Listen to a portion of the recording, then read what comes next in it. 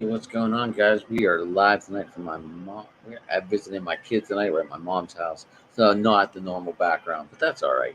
We're gonna talk some Saints, but when I think New Orleans, my friends always talked about going to see 311 in New Orleans. But, that's just stuff that my friends always talked about. But we're gonna talk New Orleans football tonight, and they played today. We're gonna hear about the game a little bit. We're gonna talk about the season. We're gonna bring in the SAT Sports 89 also does a wrestling podcast, and my good buddy Marcus. What's going on, Marcus? You're on mute, buddy. Of course, I can leave myself on mute. I'm trying to give a great introduction, showing off the freaking Super Bowl ring, and I'm on goddamn mute. I'm muting my own goddamn self. But yeah, I'm doing fantastic. Not the best introduction for this show, but I'm in a great mood. I didn't expect it to be the way it was, but I was very impressed with the game. We'll talk more about that. But yeah, you can find me on Twitter or Twitter X, whatever you want to call it, at MarcusLee337. Check out my show, SAT Sports, where I talk all things New Orleans Saints, Houston Astros, and LSU Tigers. And if you're a wrestling fan, check out my other show, the World Elite Podcast, where we are the highest strip pot of your weekly unfiltered wrestling and entertainment. So this is going to be a fun one today. Excellent, Marcus. So doing things a little different. Just kind of seeing how the road to Vegas is going to look. We have two also great guests with us tonight. Obviously, ladies first, so we are going to bring in Miss Tina. Hey guys, thanks for having me on tonight. How are you? I'm doing well. Football is back. Saints football is back. Can't complain. Like Danny Rojas said, football is life. So, week 1 of preseason, Saints pulled out a win. So it's all good. Like I've been telling everybody, the journey starts here, the road to Vegas. Literally, road to Vegas. Tonight we're on the road to Vegas on the Talking Sports With show. We have one more guest, Mr. Logan, who's on mute also. There you go. Up? No, what's going on, guys? I am here. Thanks for having me on. And just like Tina said, football is back technically, even though it's preseason. I'm excited because, football has always been my life since I was 11, basically. But I'm happy. I'm excited about the season. I love what I've seen out of just one drive from the first team today. So I'm excited. I was at work, so you guys are going to have to fill me in a bit. Do you guys want to start talking about the game first, or you want to talk about what you guys see in camp? Oh, I think might as well start with camp first because, I didn't really cover that. I've just listened to Locked On Saints and heard what I could from Ross Jackson. But I'll let these two start off with how training camp went.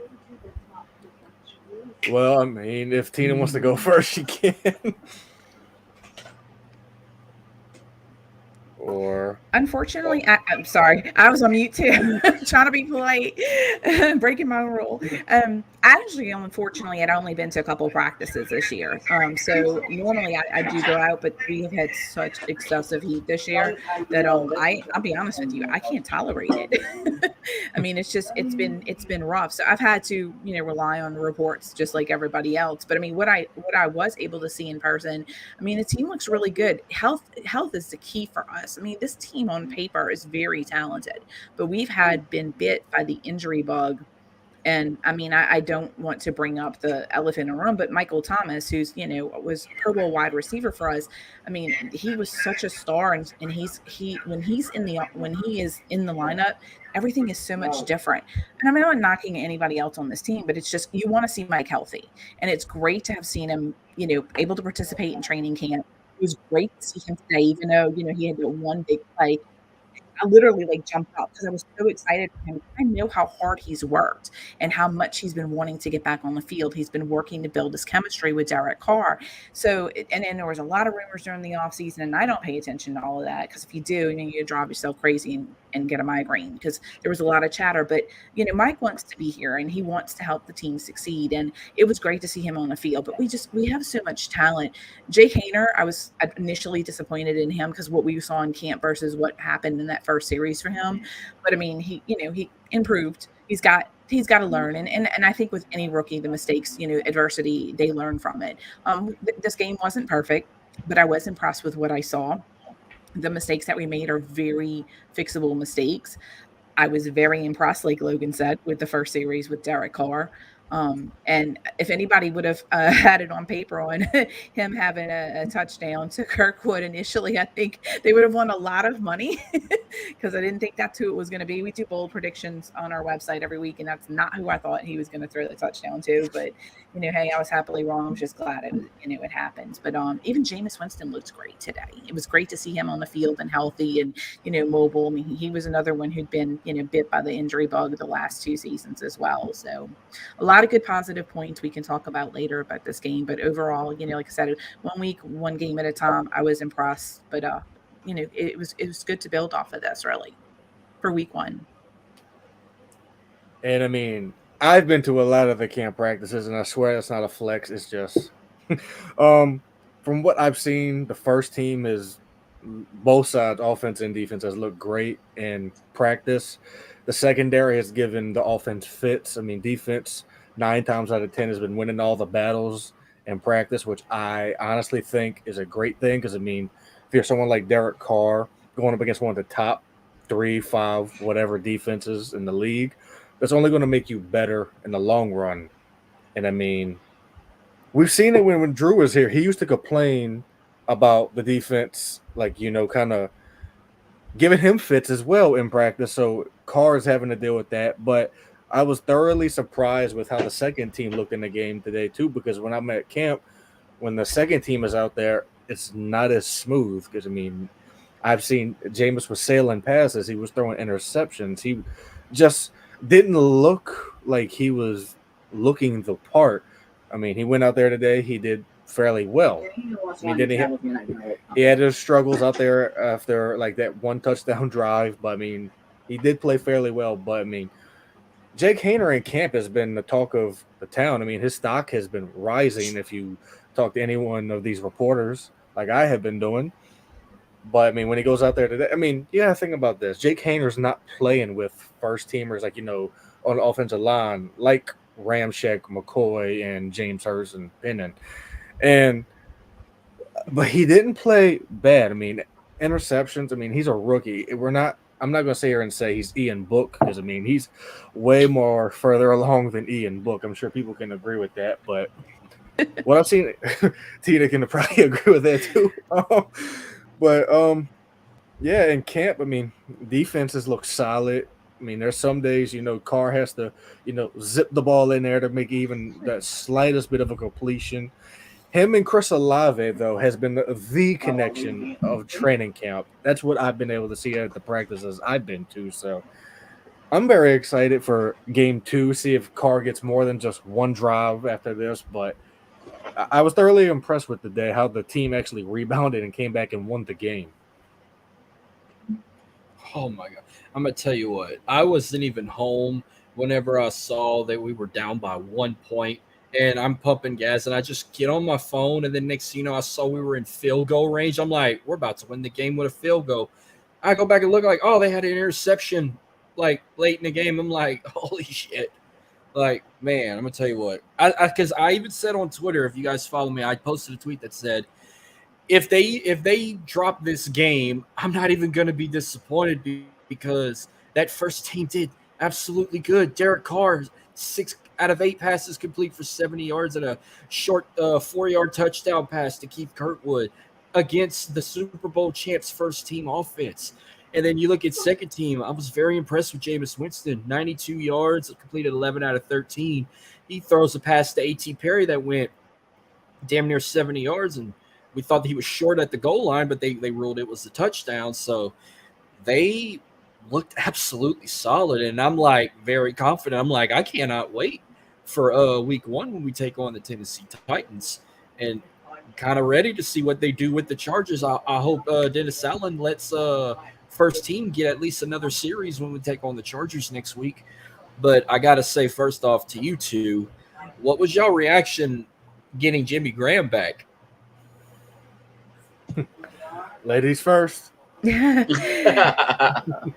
Well, we heard was it last year or the year before? We heard Jimmy, there was rumblings about Jimmy coming back, and he wound up not coming back. And when it happened initially, I was shocked because I didn't realize, and I guess because, I'm one of those type of people, it happened in the past.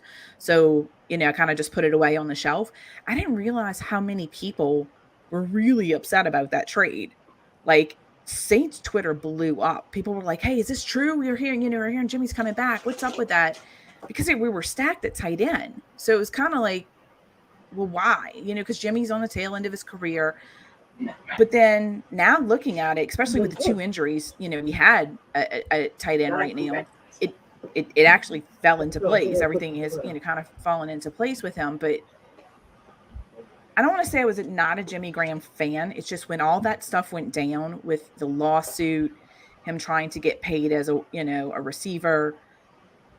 Like I said, I don't look at things as a fan. I look at it from a business aspect. So it's like, okay, you burn some bridges, and then they make this trade that came out of nowhere, and fans were upset with it. So now he's back. It's water under the bridge. It's in the past. It's what have you done for me lately? If Jimmy Graham can be a type of tight end like Ben Watson was for us, who was kind of in the tail end of his career, I am good with it. I'm happy. I want what's best for the team, and I don't care if, who. Like right now we have an issue with running back. I don't know what they're going to do. Kareem Hunt came in here last week, and they didn't work out a deal. He's visiting other teams.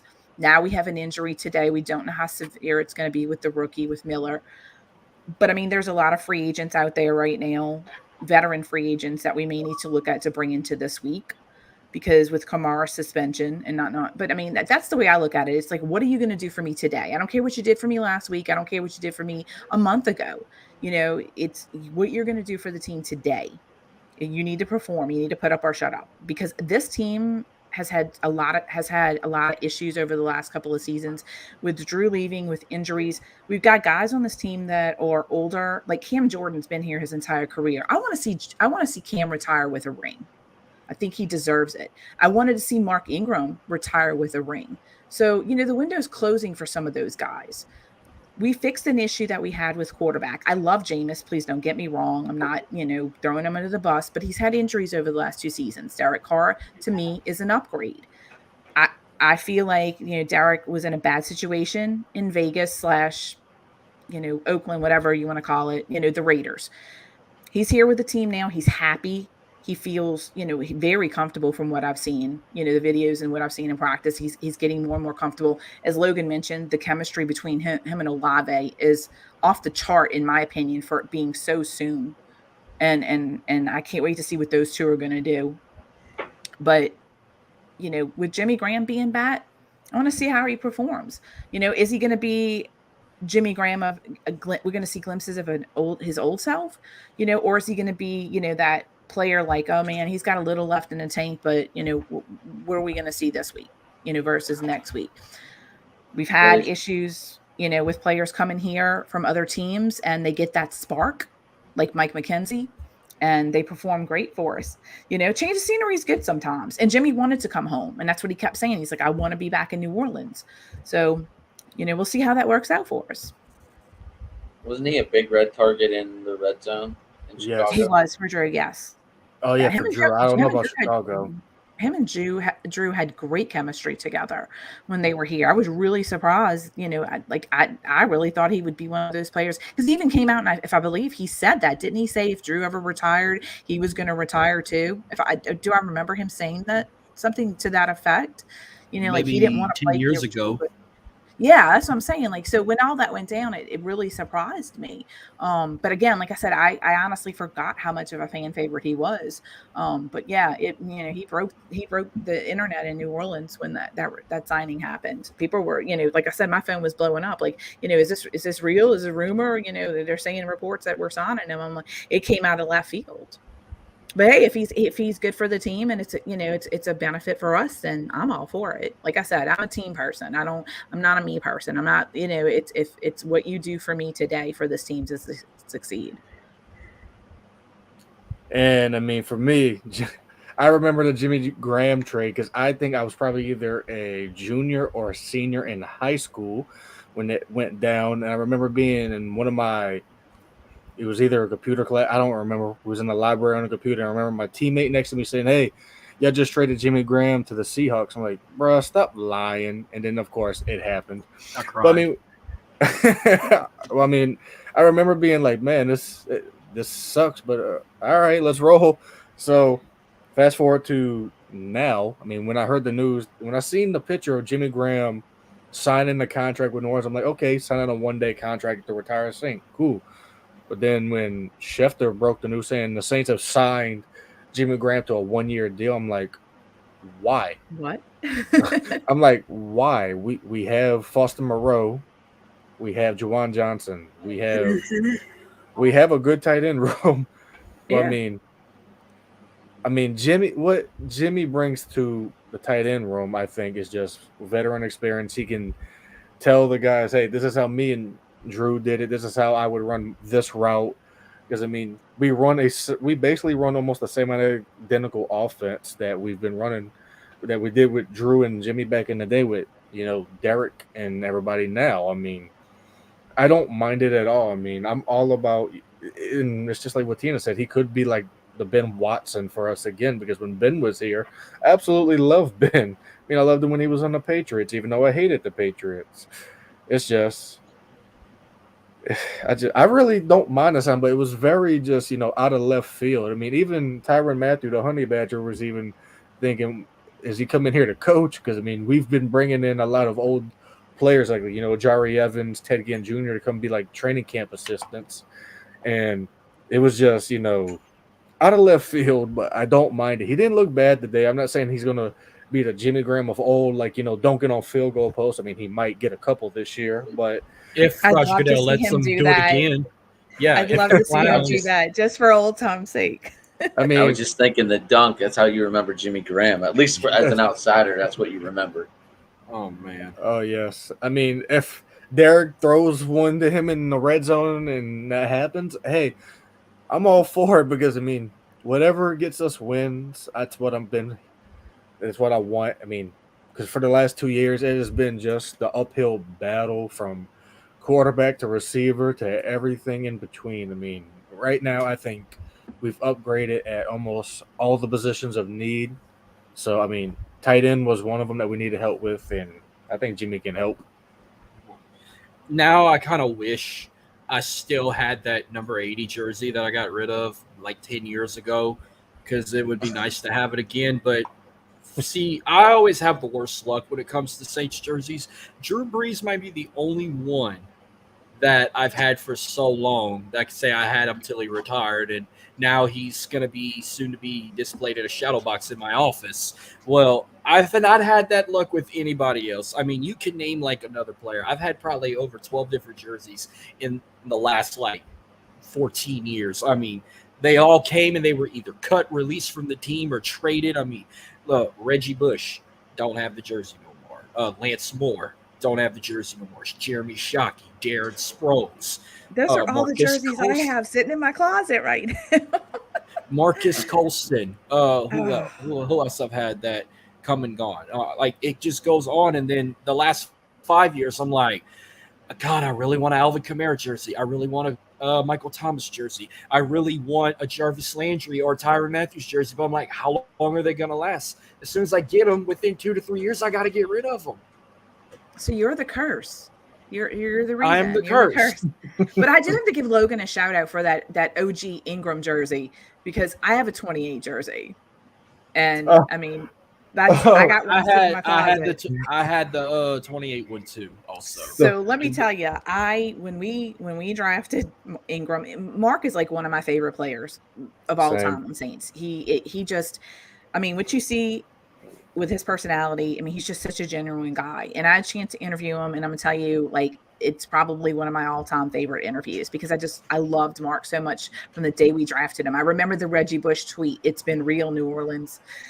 Which is the irony of it that, Mark signed with this, I mean, was drafted with the Saints, played here, and now where he's at, essentially taking over Reggie's job, college game day. It's kind of crazy. But But Mark was such a great player. He was one when he left and all that stuff went down. He went to the Ravens, and I kept the 28 jersey. When he changed numbers, I never got rid of that jersey. I never wore it. I mean, I collect jerseys. It's just a thing, because you never know if they're going to ever be worth something. And for me, it's more about memories. Like my Drew jersey is like never, like, don't even touch the Drew jersey. But I have a Shockey, Joe Horn. That's like way OG back in the day, Bobby Bear. But yeah, shout out for the 28 jersey. Yeah, like they're just. I mean, but the Jarvis Landry, that was when I really thought Jarvis would be back this year. Initially, not now, but I mean, like initially, I was like shocked. I was like, okay, well, he's going to resign, and he's still out there. So, well, I got a problem fixed with the whole jersey situation, but anyhow, speaking of that, yeah. So, what I got on, no, this is not a Marquez Callaway jersey. I've been cursed with the whole, because I know he's with the Broncos now. He went to Sean Payton, by the way. Mm-hmm. So I said, you know what? I'm sick of this curse of buying a player and they're gone in 2 to 3 years. I just went to DHgate. I got this one, the road jersey, and a color rush. I just put a number 1 and I put Who Dat across the back. That's my Saints jerseys for life. That's the way to go. That's the way, because Who Dat's never going anywhere. It was established before we were even around. So, and it'll be here even after we're gone. So I always like that. I always like the legend that the Saints took that chant and song from West Feliciana because they're the Saints and they're the one that had that chant first. Or I heard the legend about that story about how they got the song from a high school team in Louisiana, which it was West Feliciana. I mean, I don't know what y'all take about that, but is that a true story, or did the Saints really claim it first? Don't really know. There's been so many stories. Heard that they might have taken it from, like, the Grambling Southern Battle of the Bands battles from a long time ago. But Bayou Classic? So, maybe, because, I mean, I read that it's something to that effect. I could be wrong, but apparently it goes back even further than the 60s, and it goes a long time. It's apparently been a saying down there for a while. So I could be wrong, but it's been a while since I actually read where it came from. I did a whole show, so kind of know a little bit about it. There's been rumblings that it came from, like you said, from school. It was St. Aug, and I don't remember the other school. Then also too early shows that was done in New Orleans with jazz performers. They said Who Dat in it. So I mean, like, I don't really know where the origin is. There was a lawsuit like 4 years ago. Somebody owned the rights to Who Dat, which is insane to me how someone can own the rights to Who Dat when the Saints, numerous retailers in the city use it. And there was cease and desist issued to several New Orleans retailers for selling shirts. It's just like the fleur-de-lis. It's like the fleur-de-lis is associated with New Orleans, but there's been people that have tried to trademark it and send cease and desist letters to retailers, which, I mean, that goes back since 1600s with the fleur-de-lis. I mean, it goes back in the history of New Orleans. But yeah, there's nobody I don't think actually really knows where Who Dat came from, but it's part of us. So whenever I hear, and I love, don't get me wrong, I like Cincinnati Bengal fans. They're really cool. I like Joe Burrow, everything he did for LSU. But when I hear the Who Dat chant, it's like, you really are copying off of us. Like, for real, it's not cool. When I hear the Who Dat chant, I feel like it's like a coon ass down here trying to say Who Dat. They're like, Who Dat's gonna beat them. Like, the way they use the slang and the terms. Like, instead of saying Who Dat say they're gonna beat them, they're like, who they think gonna beat them. Like, and I'm very protective of my city. Obviously, look at my Twitter name, the NOLA Girl. I mean, everything. The NOLA Girl, yeah. Yeah, I was born and raised here. I do so much, marketing and stuff for businesses here, and with my show, my podcast, I promote the city of New Orleans. So I'm very protective of things, that are embedded in our culture here. So when you want to copy off of us, just say you are. Hey, look, I'm borrowing this from you. Don't try to say, hey, like, we had it first. Like when the Bengals were in the Super Bowl, they had companies making Tiger king cakes. I mean, y'all know Mardi Gras. Everybody knows king cakes are synonymous with New Orleans and Mardi Gras. And then they were selling the king cakes, and I said, I refuse to partake in this. We're not having a party with a orange and black king cake here, because those belong to New Orleans and they're Mardi Gras. And plus, you're not supposed to eat a king cake after Mardi Gras anyway. So, but a king cake is purple, green, and gold, period. But yeah, I get very protective when I hear stories like that because it's like, you're stealing stuff off of it. It's ours. It belongs to us. So I'll tell you what, I don't know So what speaking kind of jerseys, oh, go ahead, Mark. Go ahead. Oh no, I was just bringing up the king cake situation. Like every time I go to like home and stuff, I like to go to Sonatas to get my king cakes. To where? What is it? Sonatas or Canadas in Homa? I can't. I haven't heard That's of that. probably the best I've been to down in the southeast side of the state. I mean, down here I usually go to like a Rouse's Market and get mine. Oh no. Bless your heart. No. I'm Because gonna have to hook you up with a good king cake during Mardi Gras. we used to have a place down here that make homemade, but they went out of business. Oh my goodness. I It am like the sucks king now. cake connoisseur. Most girls like chocolate ice cream candy. I am a king cake girl, and I only get it for 7 weeks out of a year. So I make do. But yeah, if y'all feel want to know lost. about king cakes, you come to me. Anybody that wants to know, I can tell you. I'm coming to you because I never had them before. I did a whole story about the history of king cake and where's the best place to get them. And, like I said, people, they ask me all over the place, hey, where should I get one shipped? And most all bakeries do ship, but when you are sending them out and they're, however, FedEx, whatever, UPS, they're not always great after like a day or two, just because I don't know what the heck they do when they ship them. Certain places are better at it than others, but I always tell everybody like, hey, if you want a good king cake, this is like Randazzo's, Haydell's, and Coladas and Mackenzie's, which is the OG style of king cake. That's what I had when I was growing up. There was no icing, the traditional, like what they call the cinnamon roll style with the icing on top and the sprinkles. Mackenzie's doesn't have any of that. It's a brioche dough with just colored sugar on it. And it is, when I tell you, absolutely delicious. But Mackenzie's is no longer in business. Chef John Foltz, who's a famous chef here and cook, has cookbooks, cooking shows. He bought the recipe of Mackenzie's. And now you can still get Mackenzie's king cakes directly from him.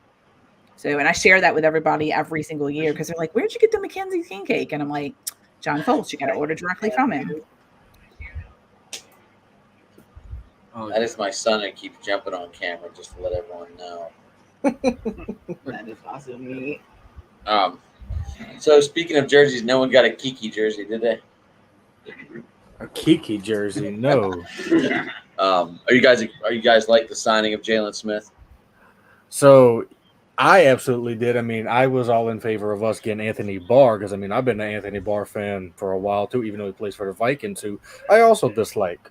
So I think we all dislike them outside of the Rams in the last 5 years. That's two teams I refuse to talk about. That's not Atlanta or the Cowboys. yeah, that's probably my top three: Cowboys, Falcons, Vikings. I hate them. I mean, Jalen Smith. I mean, you don't just find people that just get 100 tackles randomly off the street. I mean, having 100 tackles in a single season or over 100 tackles in a single season, that's something that Pro Bowlers usually get. And I mean, we don't know the severity of Demario Davis's injury. I haven't even heard how severe it is. DA seems to be confident in it. So, I mean, they're going to be playing it by ear, I guess. I mean, if DA says, oh, it's not that bad, then you know what? I have no reason not to believe him, even though he's steered us wrong in the past. But maybe this year's different. Who knows? So far, it looks different, which I like. But Jalen Smith, even though he didn't play today because that wasn't the plan, as he told us at the press conference, I think Friday. But I like the Jalen Smith signing because, I mean, I am a person that always preaches you got to have big and great depth on the team to win. The great teams in the Super Bowls have depth from first string all the way down to the damn fourth string. Amen. So getting Especially someone on like defense. especially on defense. And I mean, as someone who's actually played the position, I know how valuable linebacker play is. And I mean, you're only playing basically two linebackers out there in the 4-2-5 defense, because that's the base scheme, which I am not a huge fan of, but I understand. But right now, you only have Pete Warner. Next to him, you have Nefi Sewell, who is not that experienced, but he isn't a horrible player. But Jalen Smith, of course, is a better player. So I would expect, you would see Jalen Smith next week, and then him look like Jalen Smith like he did last year for the Giants, and even for the Cowboys. That, like I said, I don't care for at all, but I like the Jalen Smith signing. I honestly think it fits better than the Anthony Barr targeted signing that we was going for. I mean, he fits the inside linebacker role. Anthony Barr is not an inside backer, to my knowledge. At least he's always played the outside, and so I really do like the signing. I agree with you. I like depth. I like big linebackers. I like depth. We don't know what's going on with Demario. I really hope it's not serious. Haven't heard anything as well. But you know, my philosophy with the Saints on this is defense is important.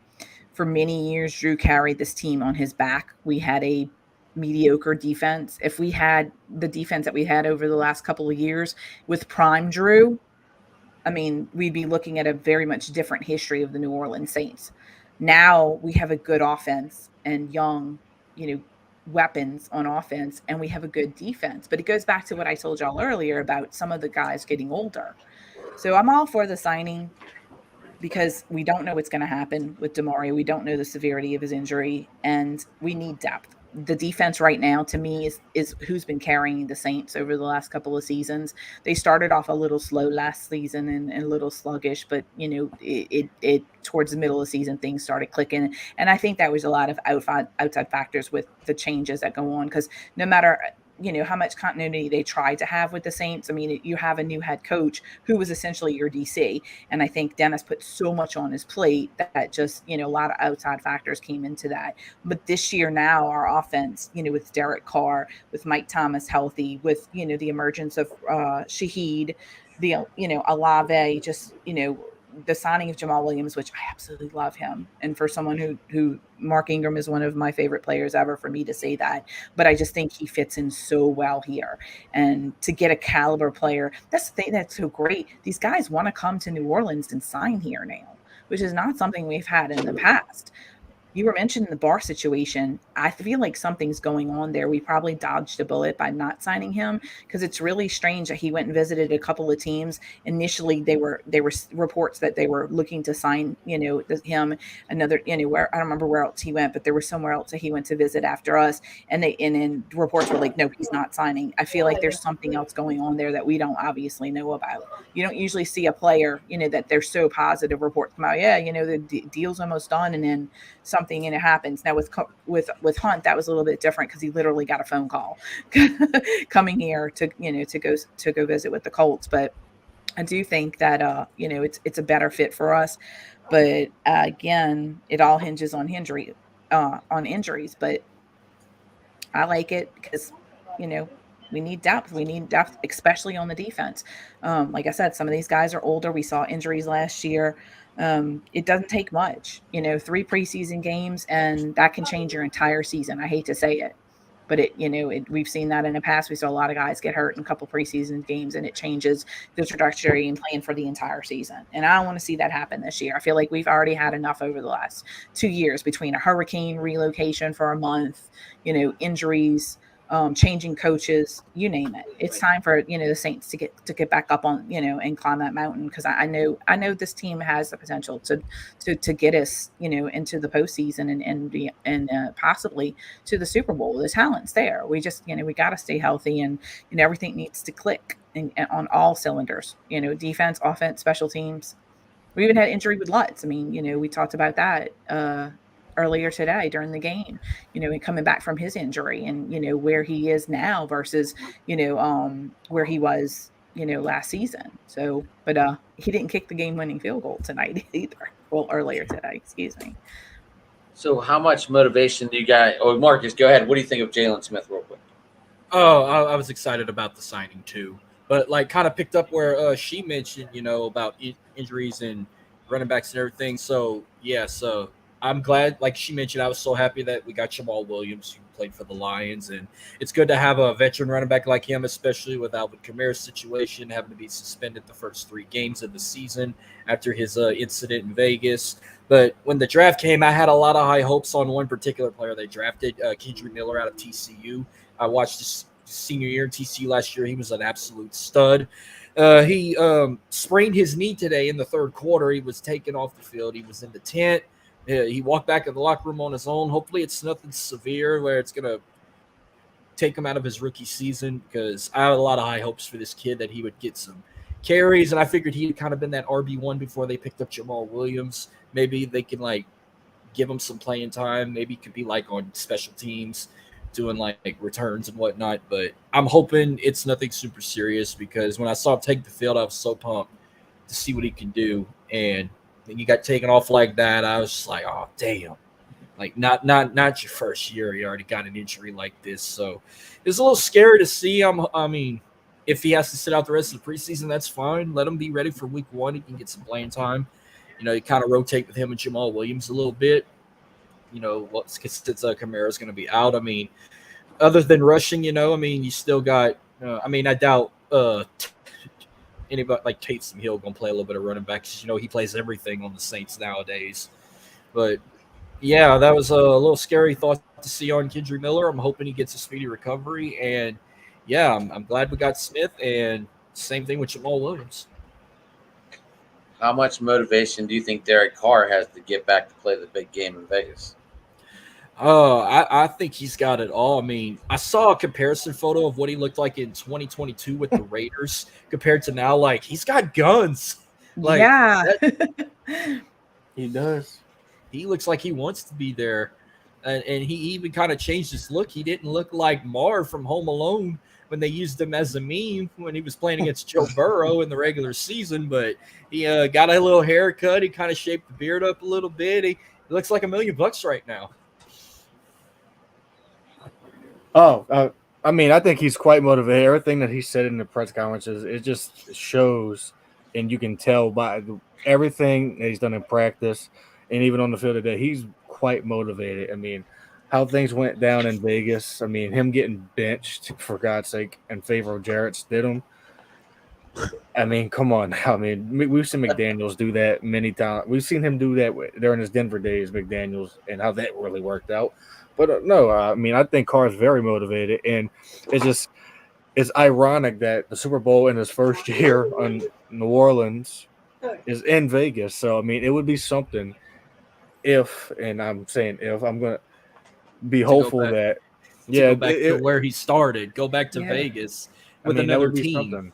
I mean, what a story that would be. I mean, really, honestly, I mean, the motivation's there for him. He wants to be here. He said since day one that New Orleans had made him feel like, they wanted him and he was their first choice. And, he's embraced the city. The city obviously has embraced him. That he's been seen out and about all over with his family, and just, you would never know that he was somebody we just signed a couple months ago, and it's a testimony to how New Orleans Saints fans, treat the team. But the bond here is much different than in other cities with their team. The Saints fans in New Orleans Saints, they're actually a family here. I mean, they've done so much for the community over the years, in the city, but Derek just, he fit in here. And there's been a lot of comparisons, with him coming, when being a little bit older, Drew coming here, both having 4 children, 3 boys and a girl, the statistics, a lot of comparison. I'm like, look, Drew is Drew. Drew is, to me, one of the top 5 quarterbacks that will ever have played the game, and I think Derek Carr has potential to come here, but you can't, it's apples and oranges. You can't compare the 2 players. You just can't. Drew is just that once in a lifetime player for the New Orleans Saints. I think Derek Carr will do well here. I do. I think he can get us where we want to go. But you got to stop comparison, of what Drew did versus, what Carr will do here. But I do think there's a lot of motivation. I think, it was a raw deal what happened there. He's still got a lot of friends on the team. He's very good friends with Foster Moreau. He's mentioned in his press conferences that he loves being here. They were practicing in the dome on Friday. He felt very comfortable in the dome, gave him a chance to kind of, get a feel for the field and the atmosphere and everything. Although it is going to be very different for them come that first home game, that first regular season game versus what they saw today, because the dome is loud to begin with, but y'all haven't seen nothing yet. especially, get up, 7-0, at the first series and see how loud. There's been times, y'all, I had to put earplugs in because it is loud. The dome shakes. I mean, it is, there's just dome field advantage has been missing for the last couple of years, but let me tell you, when the Saints are playing well and the crowd is into it, there is no place like the Superdome in New Orleans to play a game. So Derek's going to be all the guys, all our new guys. They're really going to be in for a treat when they see what it's like, in that real setting. Because preseason's a little bit different. A lot, fans aren't into it. They don't. Sometimes they show up late. I know today the traffic was really bad, getting down to the dome. But I mean, get that first home game and first prime time game. Wow, it is something else. New Orleans is just there. There's just, to me, nowhere else that I'd want to see my team in it for their home stadium. But yeah, I think it's going to be a good season, and I really hope. I'm like you, Logan. I'm hopeful. I'm hopeful that they can do that. It would be such a great story for him. They always talk about the top items during Super Bowl week. The storylines. What bigger story? The return of Derek Carr bringing the Saints after a couple of dry seasons to the Super Bowl in Vegas. It would be incredible. It really would.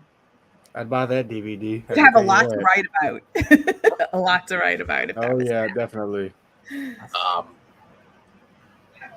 So, what was I going to say? I'm sorry, I lost my train of thought.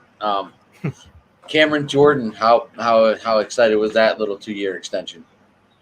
Very. I mean, very, very. I mean, I wasn't at the press conference when he signed it because I didn't know about it until right after he signed it, so I didn't make it there. But he was very excited. He signed that 2-year extension because he literally said, "This is the team I want to retire on." So whenever the contract ends, who knows if he's going to retire? I mean, if he has a ring by then, he may retire because he's still playing well at his age.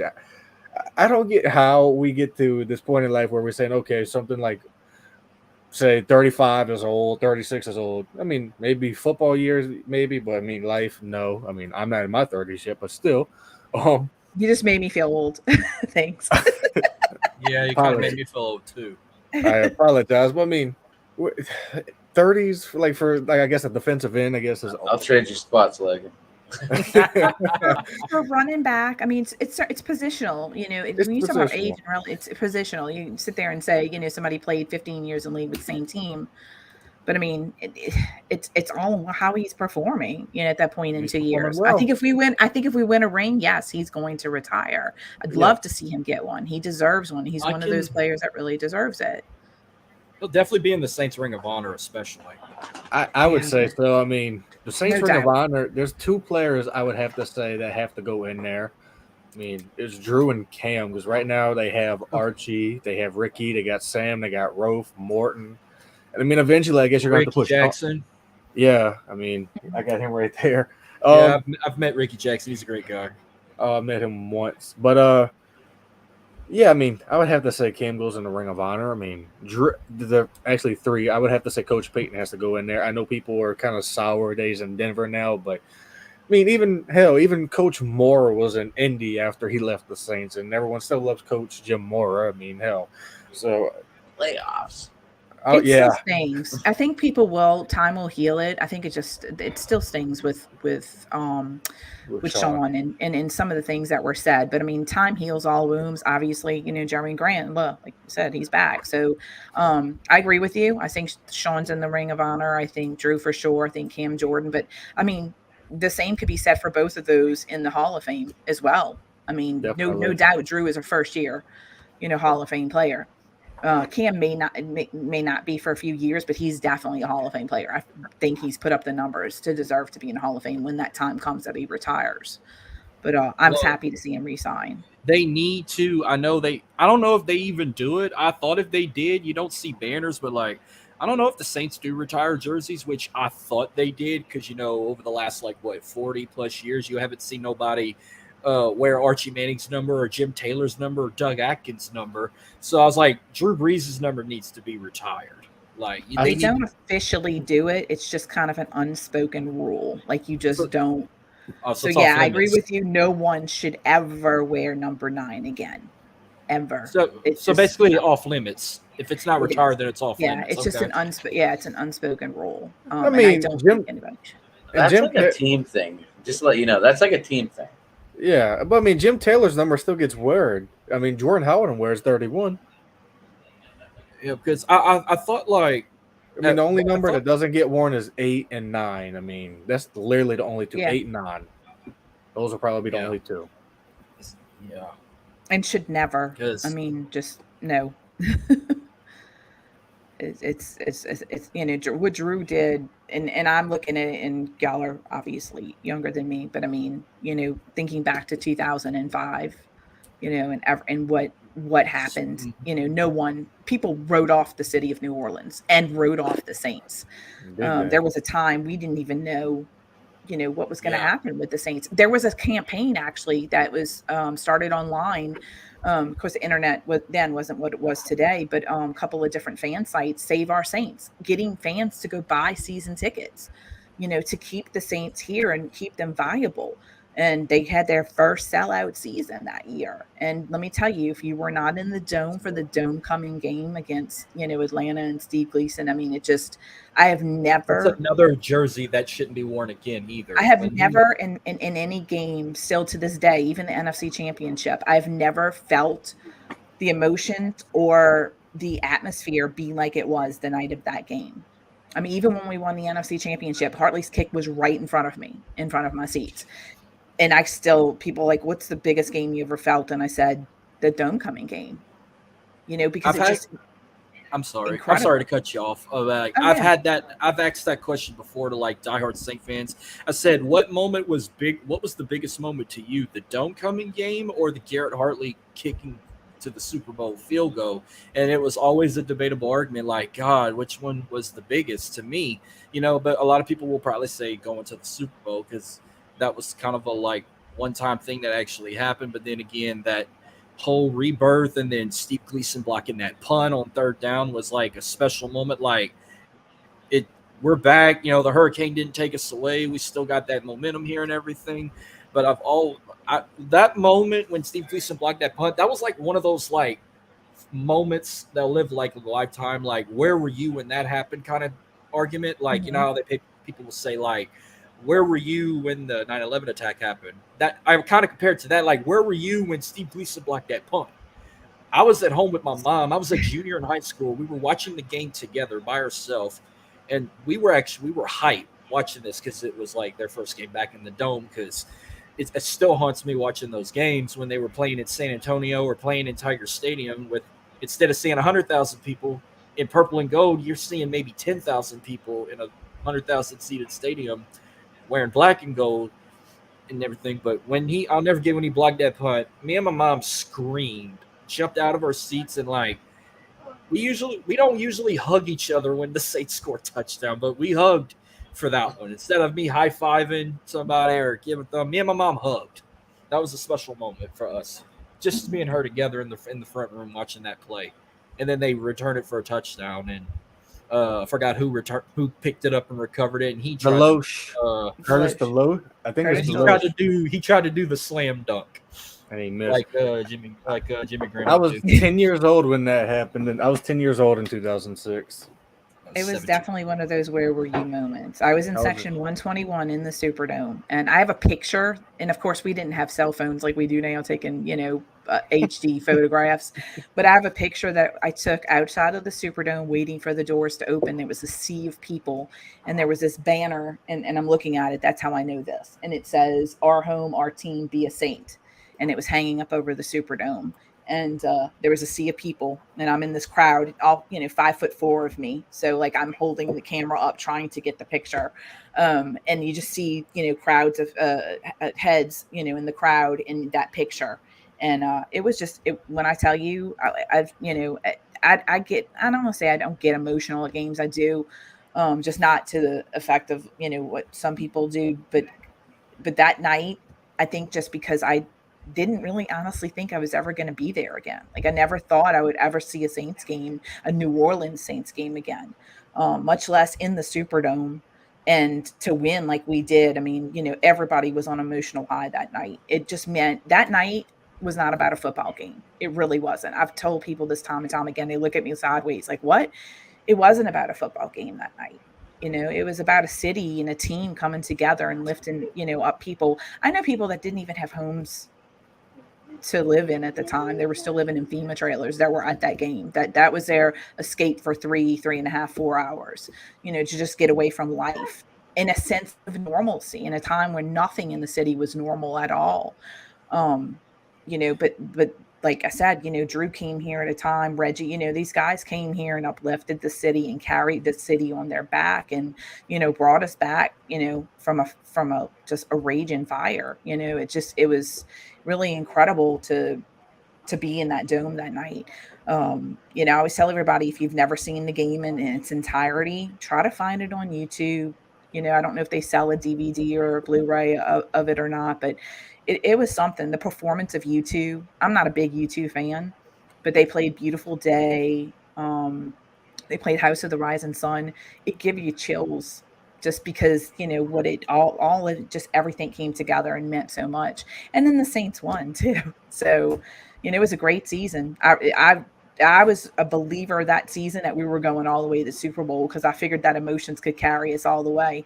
It just unfortunately, Chicago and the weather and everything just, in the NFC Championship. Yeah, see, that was like a different like kind of vibe too. Like when they went to the NFC title game in 07, it was kind of like an off moment. Like, don't get me wrong, I was excited they made it, but it was just like, It felt are we weird. even Something was supposed off. to are we even supposed to be here? Like, I remember it snowed, and then when they lost, like I wasn't pitching a fit and thought it was the end of the world. I was just like, this is the start of something. Like they will be back, and it took like 2 to 3 years before they went back again, and then this time they went all the way and won. But I actually have a couple questions for y'all too. Just a few we kind of run through. I just gotta get your thoughts on, since y'all are big diehards like me. But which kind of touchdown celebration would you rather the most? The whole Jimmy Graham slam dunking the field goal, or the whole Joe Horn cell phone under the turnbuckle? The field goal post. Oh man, I mean, I can actually remember when that happened. I can't remember what year that was. I think it was '04, correct? I mean, geez, I was probably like in second grade, That was second, third grade. that was a fun year for football, for celebrations. Yes, I mean, I actually like the cell phone thing. I mean, hell, Michael Thomas did it a few years ago to replicate it. He bought two gas station burner phones and put them underneath both little padded underneath the field goal post. But I'd rather the Joe Horn celebration. I love that one. That's really great. I don't know. I'm torn. I remember the Joe Horn thing. I think Michael Thomas tried to duplicate it too, right? If I Yeah, remember He correctly. did. he did it against the Rams in the regular season, and he got penalized for that. He got a flag for that. I just love when players are authentic and do something kind of that's meaningful to them. Whether it be when Lance Moore was the king of the end zone dances. But remember Brandon Cooks? He did the Archer, and then he Mhm. got, in trouble for doing that. And it was just like, wait, what? NFL, no fun league. But it's just like, Yeah. Jimmy Graham, that was his thing. Drew even tried it, one time. Poor Drew, almost 6 foot of him. But I like authentic things. So Joe Horn was one of my favorite players too at one time. And so when he did that, it fit him, because it just, if you knew Joe's personality, anybody that knew Joe around here and how Joe was, he was a trip, but it fit. I don't have a favorite one. I just like when the players do something that's authentic to them, because I can't wait to see Jamal Williams. I can't imagine what Yeah. he's going to come up with. Because I'll tell you what, I'm not a big Ohio State guy. I hate Ohio State as much as I hate like Alabama, but I totally approve Chris Olave, especially playing with us. And I love when he does his little dance he does when he scores. Like, hopefully Roger Goodell don't take that away from us, because I like when Chris Olave does his little like strut dances with the other players. Yeah, Lance Moore was a good one. Mark did I think it's called the Backpack Kid. Is that the right name of it? The dance that he used to do, something like that. But he was always funny in the end zone too.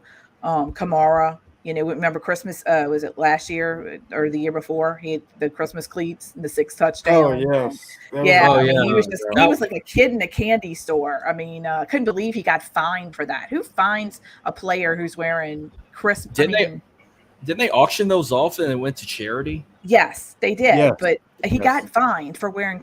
It's Christmas. Come on, man, it's Christmas. But And we I'm don't not we even. don't often get the Saints playing on Christmas. Like that was a gift from God.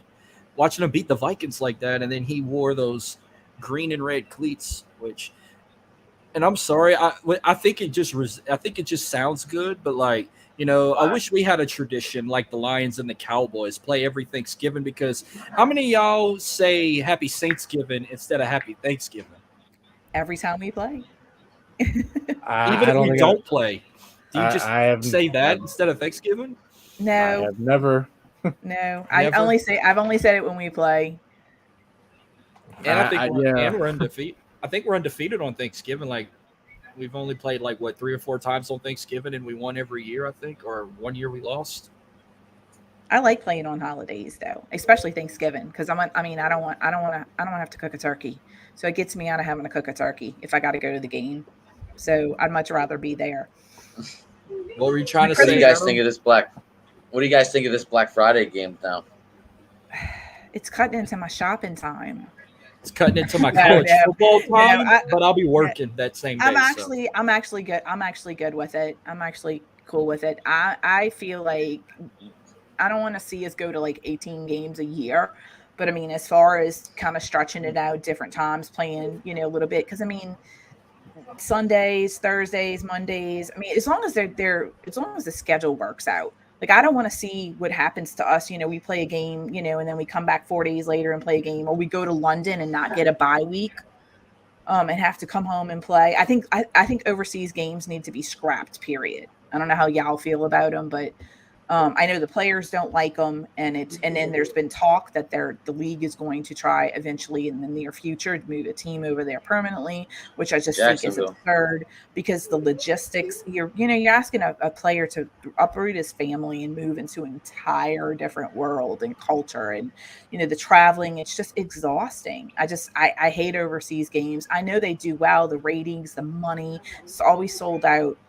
And yeah, they deserve to have, football in their life too over there, but start your own league. This is the National Football League. They belong They to do. be They have playing football, here. soccer. The Premier League.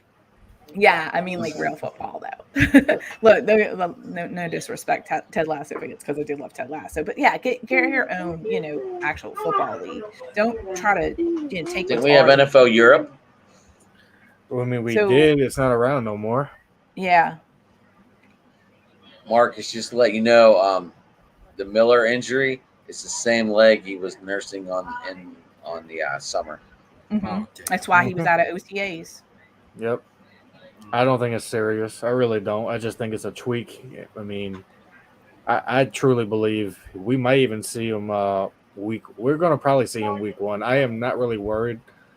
They're saying it's a knee sprain. I mean, I'm not worried. I mean, everything seems like it's not huge injuries for us to even be worried about. I mean, no one has, knock on wood, torn an ACL, I mean, the only one that's really had a horrible injury is Eno Benjamin, and he was a ruptured Achilles. Everyone else has kind of avoided huge injuries, which is a good thing and a good sign because usually we don't have that kind of luck. Usually it is the worst of the worst. So Shh, don't say that. What y'all? What do y'all like these helmets? And should they wear these with their all black combination? I actually like the helmet, but my only problem with it is, I mean, I wish they used like the retro logo on it like they did back when they originally wore it. Because I mean, the crazy thing is about the whole black helmet things, and I mean, I wish I still had this guy's number. I just don't like that. I don't like that either. I like that old school.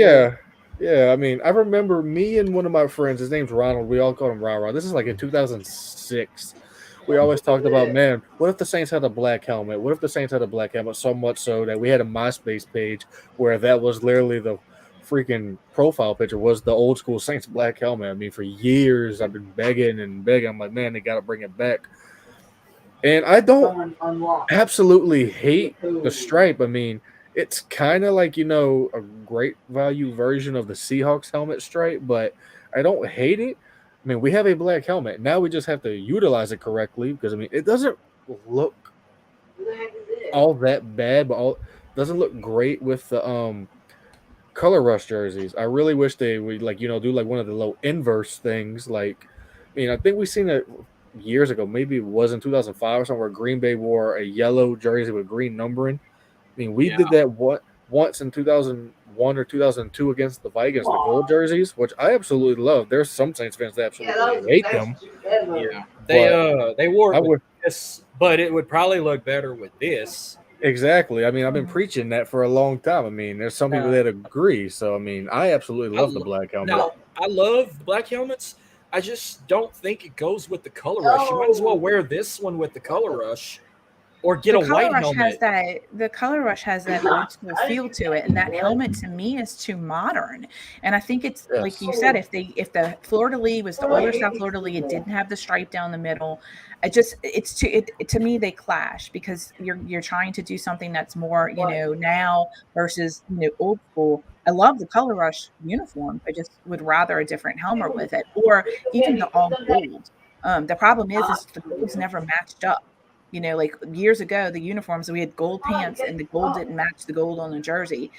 The color rush is that old gold. I think that's the actual real name of the color. It's an old gold. But like I like that. But if you're gonna do that with the helmet, it needs to be the old style helmet. It just doesn't look right to me.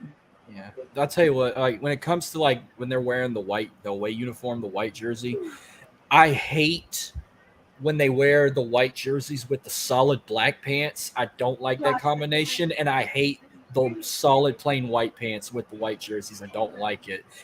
They should just either get the color rush pants to wear with the white jersey or wear your gold pants with them. I just can't do the plain white pants at all. Especially, I don't know what the uniform crew was thinking the final game against the Panthers. They wore this helmet, this jersey, and solid white pants. They have never done that, and that was atrocious. But I don't like the all white look with the gold helmet, and I don't like the gold helmet, white jersey, solid black pant combination.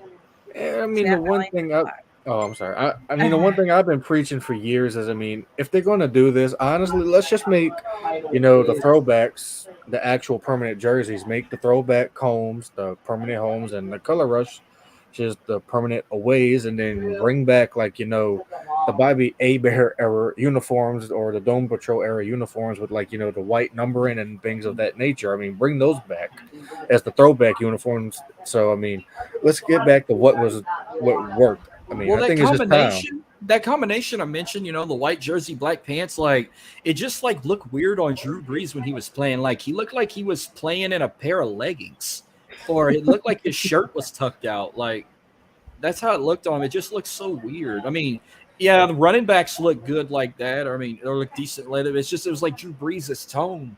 He looked like he was wearing leggings when he had on the black pants with that white jersey. I like the black on black. To me, that's It's my cool. favorite. I love black jerseys. The black pants, gold helmet. It's just it's bad. It's bad to the bone. And I've then been to they do more the blackout in games the with that. dome. So I've been to more games with that combination. yeah, and then they tell everybody, wear black out the dome. So it's just, I mean, it looks bad to me. Like I would prefer that. Would you wear it with the all black helmet though? Yes. If they fix the helmet, they yes. need to. If they fix the helmet, yeah, I could go with that. Of all the games y'all attended, what was like the biggest moment you witnessed of all the games you've been to? I think Tina kind of stated hers, and maybe there's another one she saw that was bigger. But what was the biggest moment y'all ever saw in person?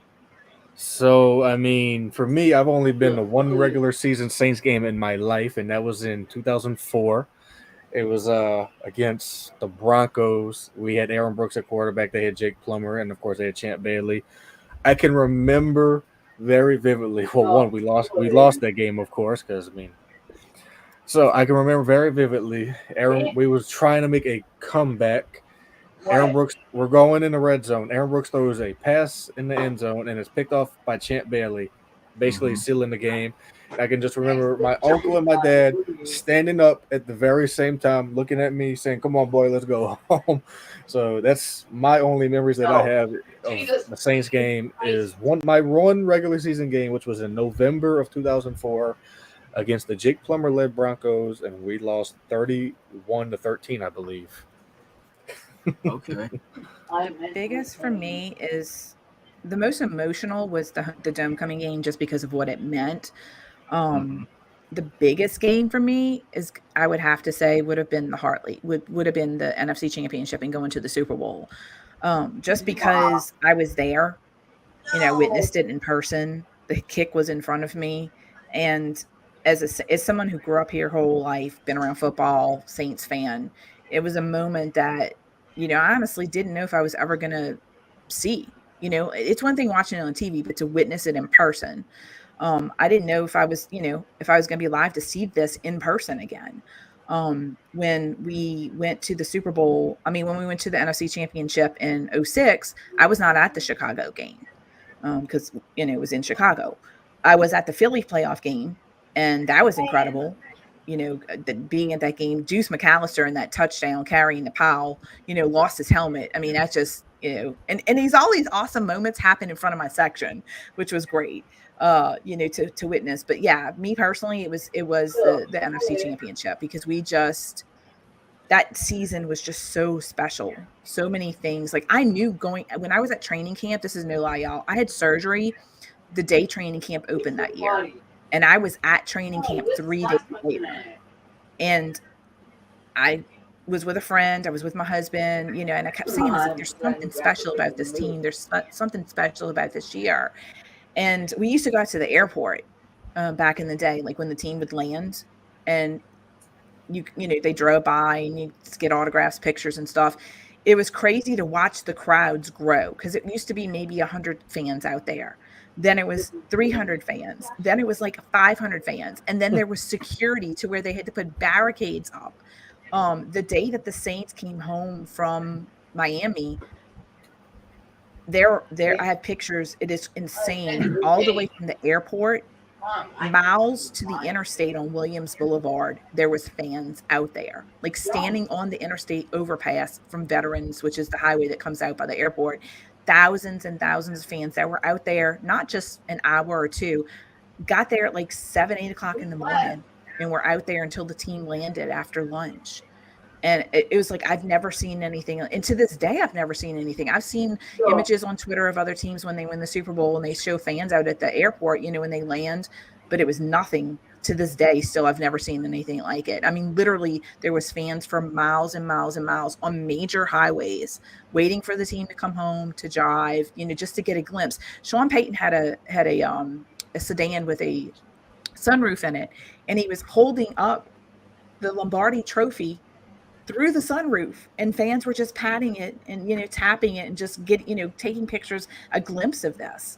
It was just like the most craziest thing I've ever seen. Tom Benson, Drew Brees, just like every player had their windows down. They were signing autographs. People were, some of them, were stopping a little longer than others. But I've never in my entire life seen anything like that. That year just was such an incredible year for the team and for the fans.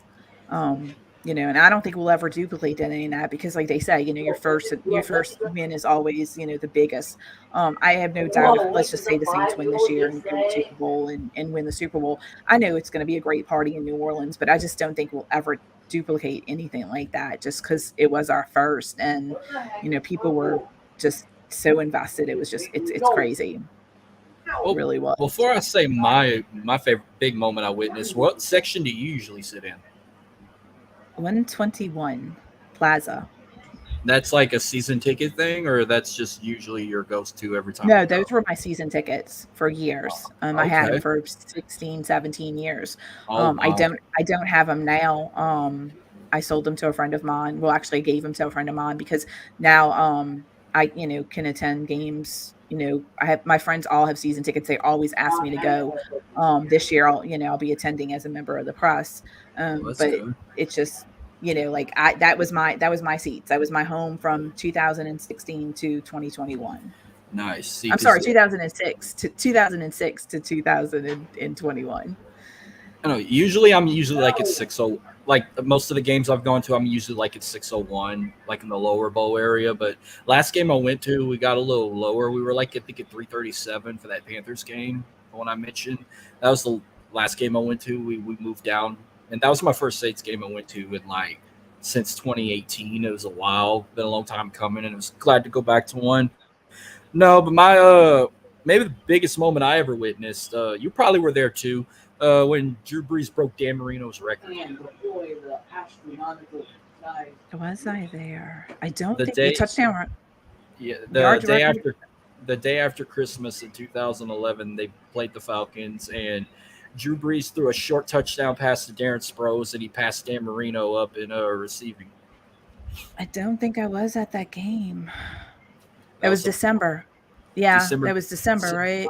December 26, 2011. Yep. No, I was not at that game. I was there. That was probably the biggest moment I've witnessed, and y'all would have to follow my co-host Dylan. He's a big diehard Saints fan himself. He has his own Saints talk show called Dome Field Advantage Podcast.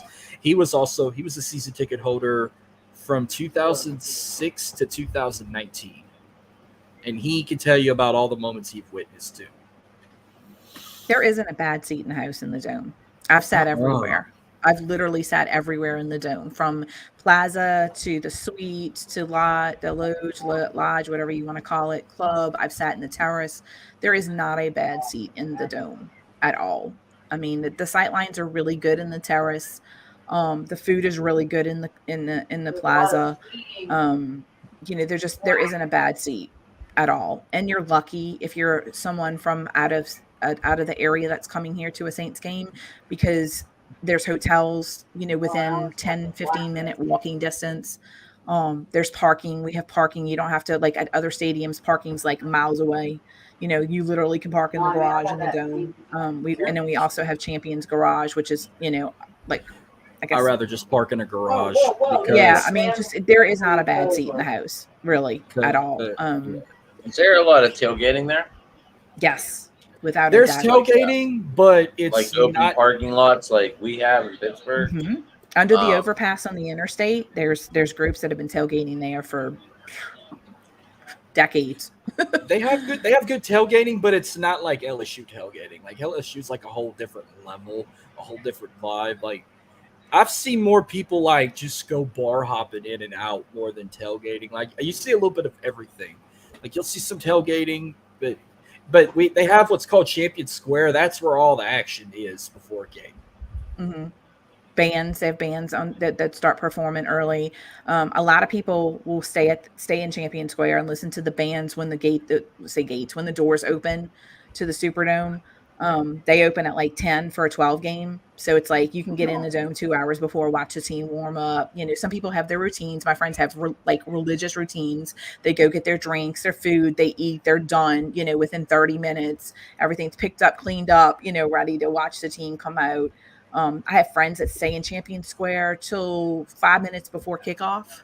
I have some that go down there early and they tailgate. They've changed the configuration of the parking on the upper levels. So some areas where some people used to tailgate, they can't tailgate anymore. But I mean, there is a lot of people that go down there. They get down there, the crack of dawn and they cook, or they bring stuff. It just depends. Sandwiches, gumbo, fried chicken, you name it. There's a group that tailgates underneath the interstate coming off of Poydras. They've been there for years doing it. And let me tell you, you'll get some of the best home cooking with those guys because it's an event with them. It is an all weekend thing. They start prepping on Saturday mornings for Sunday games. And they got some that tailgate days before, like kind of like with LSU. Like they'll have people that'll start tailgating on Thursday mornings before a Saturday game. They got people who start tailgating Friday mornings or Saturday mornings before a noon kickoff. Like I've heard stories and even seen people have been camped out for like days, just having the time of their life, throwing the biggest little party of the century. Yeah, we don't need an excuse to party here. And I have a chat group, a Saints chat group, and that's one of the things they discuss. Like that's one of the biggest discussions is, okay, what are we cooking for Sunday? whether it be, an away game and we're home, or whether they're tailgating. They're like, okay, what's on the menu? And when I tell you go all out, like, for real, it's like there's no just, hey, we're just going to have gumbo. We're having gumbo, we're having spaghetti, we're having they chicken. They cook something different every home game.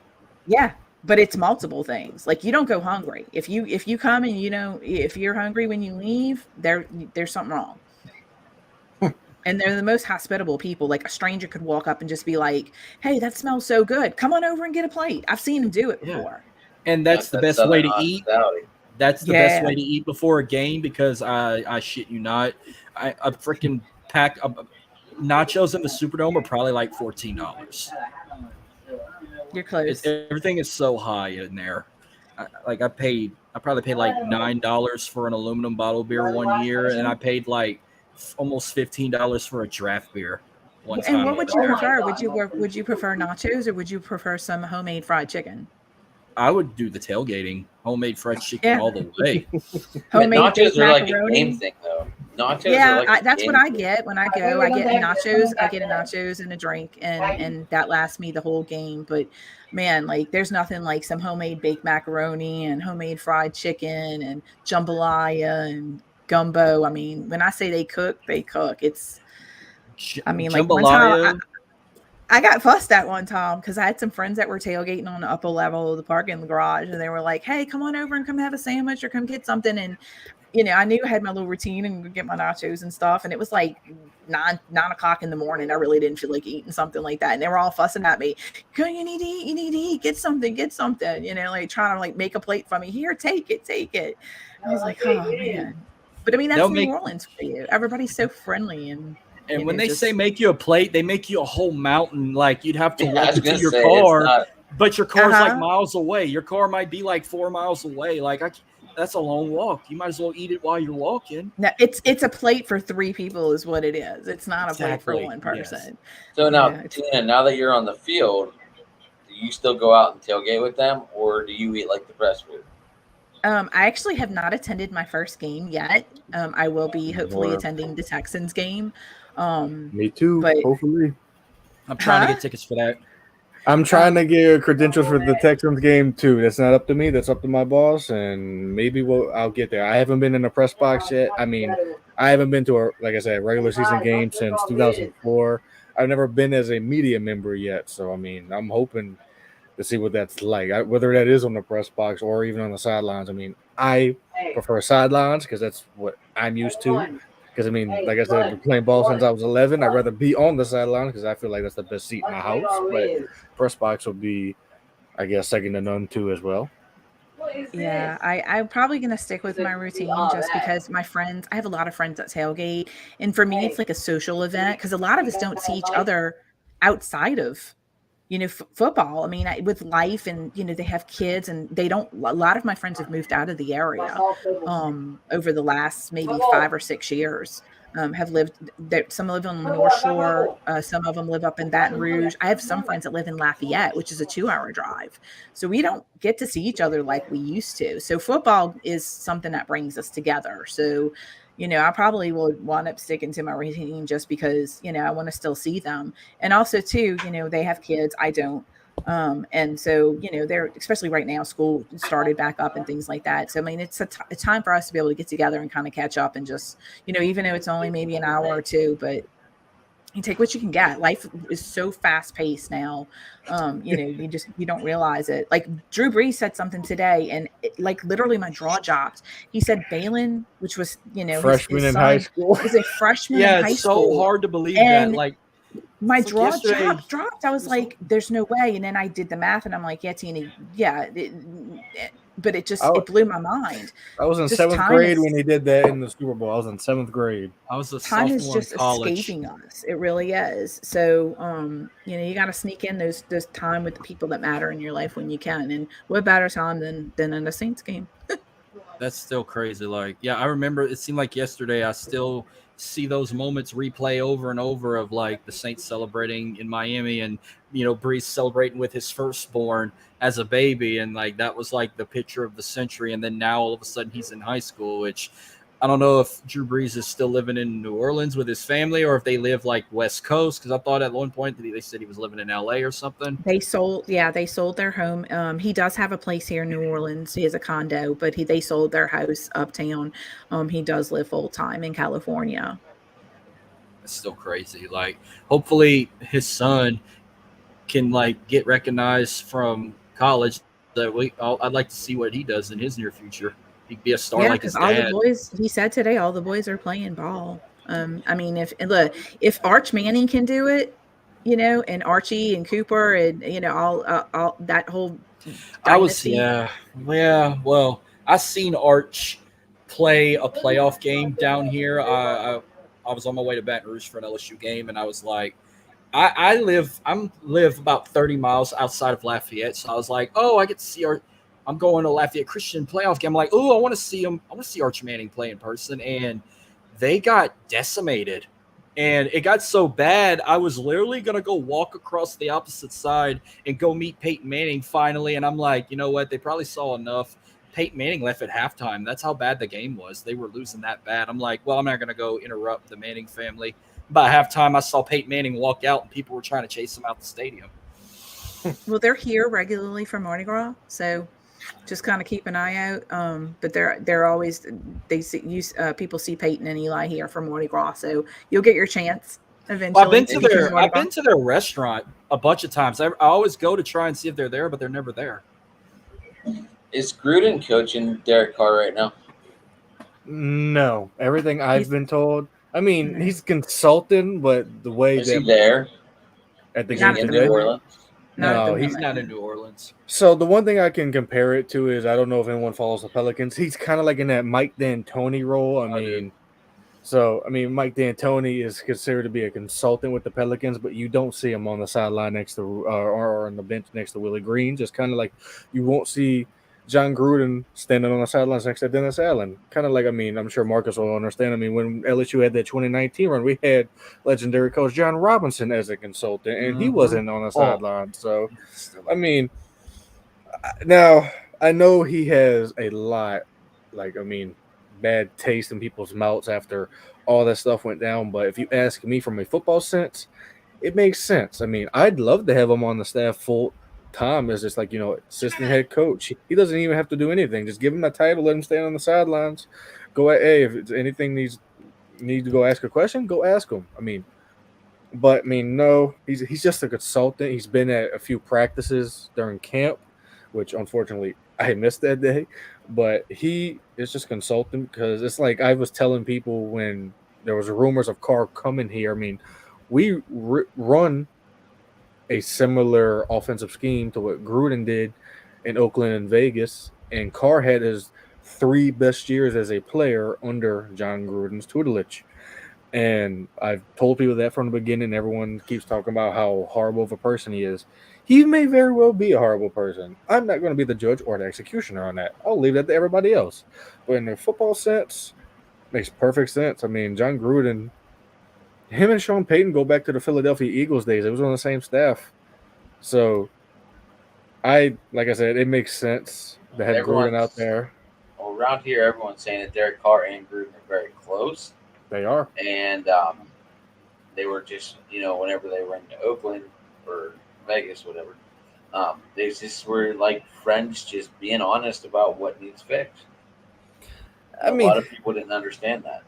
no, I mean, no. There's a lot of people out there. I'm not going to sit here and say, "Oh, I played ball. I know more than everybody." Which, no, I'm not saying that at all. But as someone who's actually experienced playing, like park ball, high school ball, I didn't get to play college ball because of my grades. But I played some professional ball, and when you have certain relationships with the coaches, especially if you're not like on the line, but some people are.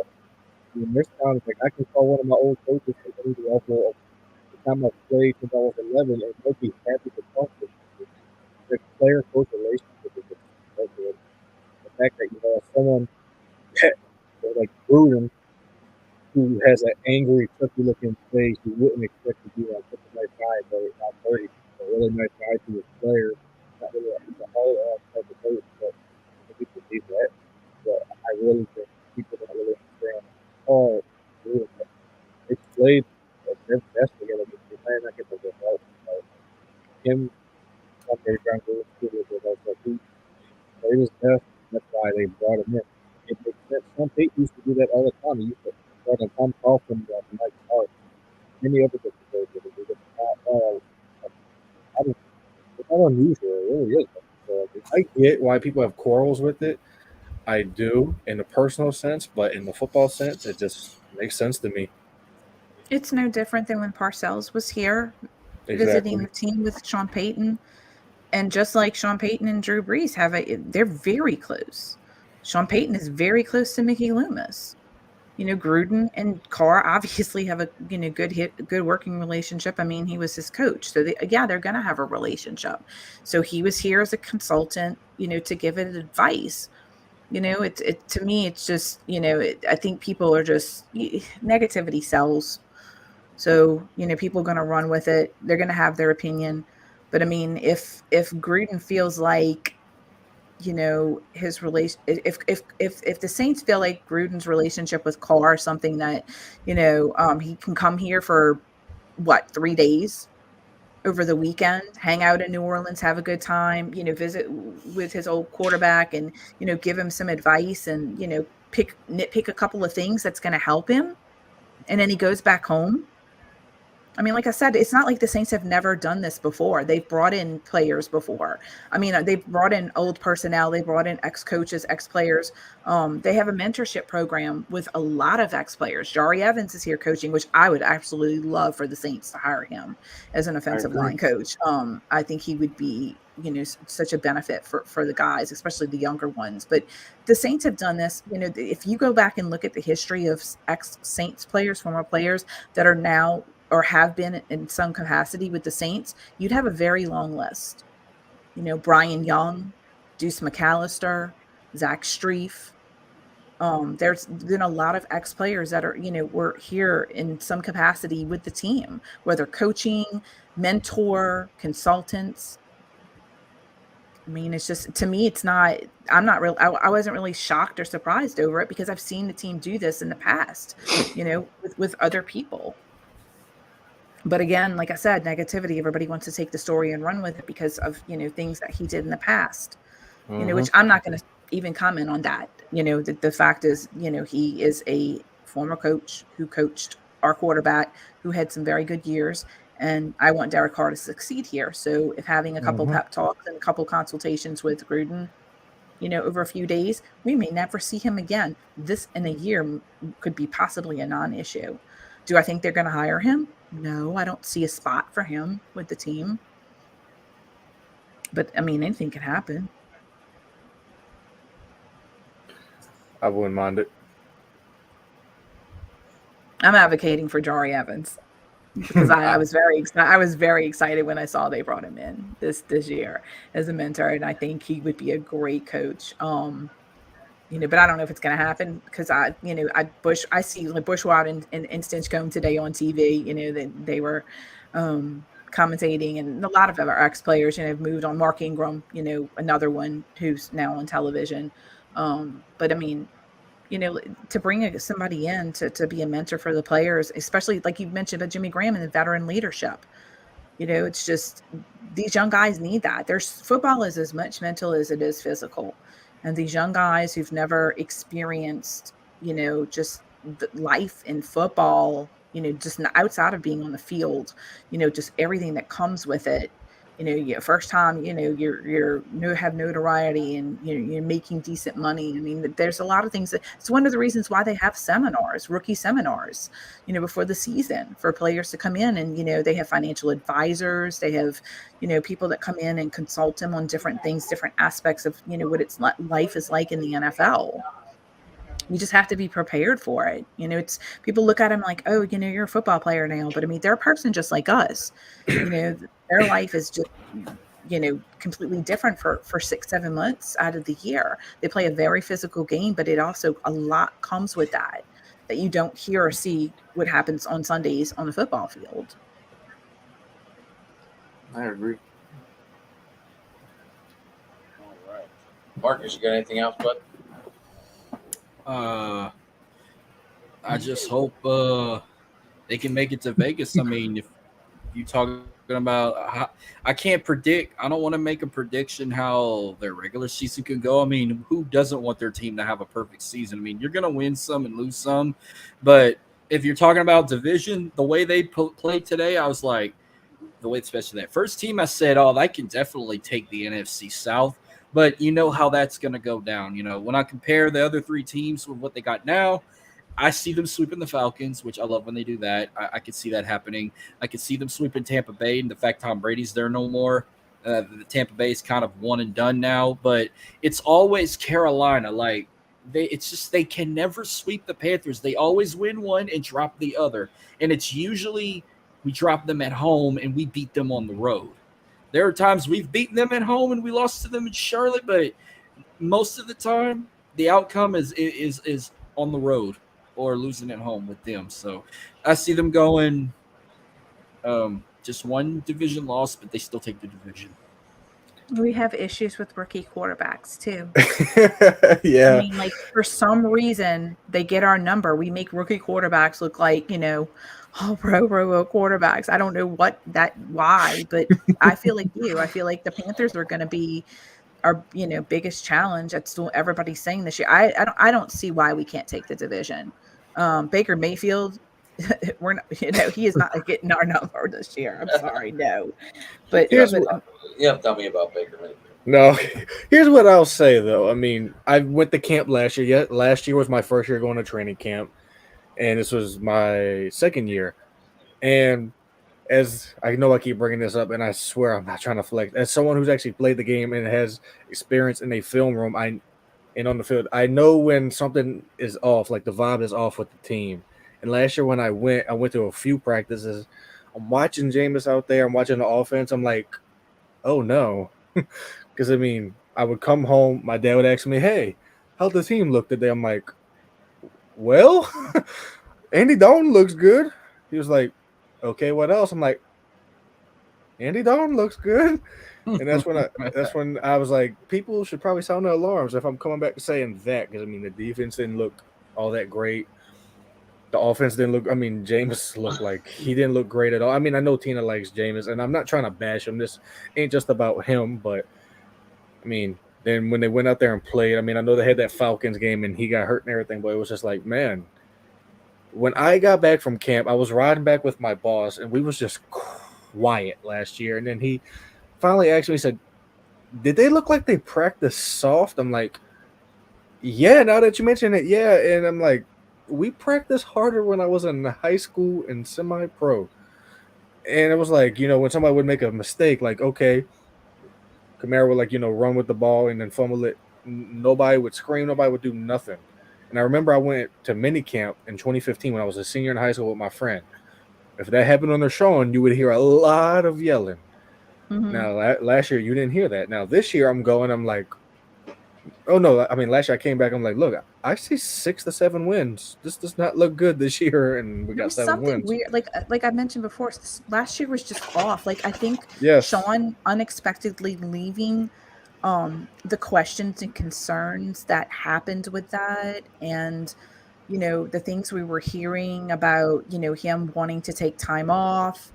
It was shocking. I mean, that report came out. I think it was Jay Glazer came out and said, there was reports of somebody had said Sean was thinking about retiring and then thinking about leaving. And then, Jay Glazer, I think, came out and said, Sean may or may not take some time off. And then people said that, Miss Benson gave him the opportunity to take like a month or two away. And then literally 2 days later, it's Sean Payton's leaving New Orleans. But we didn't know at that time what that meant. Like, did it mean you were leaving New Orleans permanently? Were you leaving and going to another team? Were you leaving and retire? Like, what did that mean? And I think everybody just was shocked. Like, we just, because Drew left, there was no real plan. We had Jameis. Jameis was hurt. When I said I like Jameis, I meant I like Jameis the person. Mm-hmm. I mean, him as a person sounds like a down to earth guy. He fits here so well I mean, like, if you didn't know, you would think he was from New Orleans. Like, he fits here so well, and I wanted him to succeed, and I hated that he got hurt twice, and just it was unfortunate. But back to Sean, the whole thing with Sean, it just there was so much, and they interviewed potential head coaches. They decided to hire Dennis Allen. I understand why. Dennis Allen did miracles with the defense. And they wanted continuity. They wanted things to continue. And you didn't think much was going to change, because think about it. You've got a head coach now who's knows the defense, who's did turn things around. Players like him, players respect him. You still got the same assistants. Not major changes. Really within the roster. But then you get injury after injury after injury. You have two defensive coordinators, not one. So you got two hands in the cookie jar. But then your head coach is still a defensive-minded coach who still has the respect and admiration of his players. And I feel like, and I don't know if this is true, but I feel like Dennis maybe still was controlling the defense a lot there. And kind of like Sean controlled the offense. And I feel like there was just so much on his plate last year, like that whole, you bend before you break, and they broke fast. Because last year, like you said, at camp, something just, I can't never, still to this day, people ask me, I couldn't put my finger on it, but something was off. And everybody always kept asking me, like, well, man, what happened to your Saints? And I'm like, I don't know. I just don't know. Like, I mean, you could speculate a lot of different things. I just don't know. I think they tried as hard as they could and really fought to try to save the season. But I just think so much happened, and losing so many players, and just it was a mess. And I think sometimes you have to go backwards to go forward. And I think that's what happened. I think they had to look at everything as a whole and say, all right, what do we need to change? And what don't we need to change? Which is why Dennis Allen is still our head coach, because I don't put all the blame on him for what happened last year. It was just too much, too fast, and sometimes you just can't overcome that much adversity. And like, I mean, going back to this year, I mean, I'm at camp. I mean, this year I'm just like, holy smokes, it feels like Drew is back. Now, I'm not saying Derek Carr is Drew Brees, because like Tina said, no one's ever going to be Drew Brees. In my opinion, he's top 3, but the vibe this year is off the charts. I'm not kidding. It feels like I'm in the presence of, like, a championship team. Now, last year, it felt like I was in the presence of a junior varsity football team, and it's not a knock on none of their talents at all. It's just the vibe was just awful. This year, vibes off the roof. Derek Carr's presence just, like, screams, just like, follow me and I'll get you there. I mean, the vibes off the roof. I see, like, 10, 11 wins. Yeah, he's very comfortable and very composed in such a short time here. Like, you would never, like, if somebody would have said, oh, if I wasn't a Saints fan and somebody brought me in practice and said, this is a guy who's only been here a few months, I would have a hard time believing that. I do feel like I feel like this season is definitely different. It's got something special. I won't go as far to say as I feel like it did in 2009, because, that was different. But I do feel like this is special. I do feel like the team is back to where I know that they should be. I agree. You guys are talking about defensive coach. Now, looking back, I just looked real quick back to almost 2016. It seems like only Bill Belichick is one of the winning coaches that was a defensive specialist. Does that scare anything? I mean, history has shown us, there's not been a lot of, like, defensive coordinators that have been successful head coaches. Outside of Belichick and George Seifert, but you look back at George Seifert had Joe Montana and Jerry Rice, for Christ's sake. And then Bill Belichick. No, I was just saying, like, does that, like you said, Dennis Allen is defensive minded coach. Mm-hmm. I'm saying back to almost 2016, all but Bill Belichick has won the Super Bowl as defensive minded coach. You had Gary Kubiak, you had Doug Peterson, you had Andy Reid, you had Bruce Arians, you had Sean McVay, and then Andy Reid again. Yeah, it kind of worries me, because it goes back to kind of like my point. Defensive coaches, head coaches have not been all that successful. Only a select few. Like I said, Seifert, Belichick, even Mike Tomlin. He was a former DB's coach in DC. We only have one. Oh, still, I mean, defensive He's coaches have never had. Like Tina said, Dennis Allen is a very people person, friendly, and everything else. But we also haven't won a playoff game since 2018.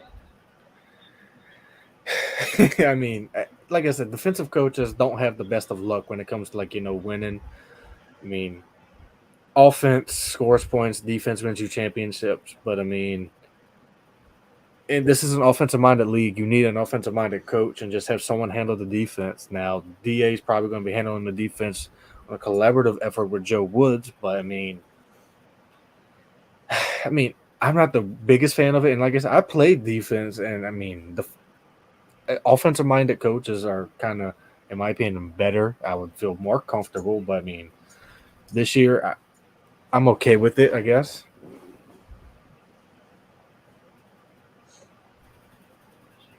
All right. I was just asking a general question because you brought it up. Well, Tina brought it up. I'm not worried. I'm not that concerned about it because I just feel like everything feels much differently than last season. And besides, stats are meant to be broken.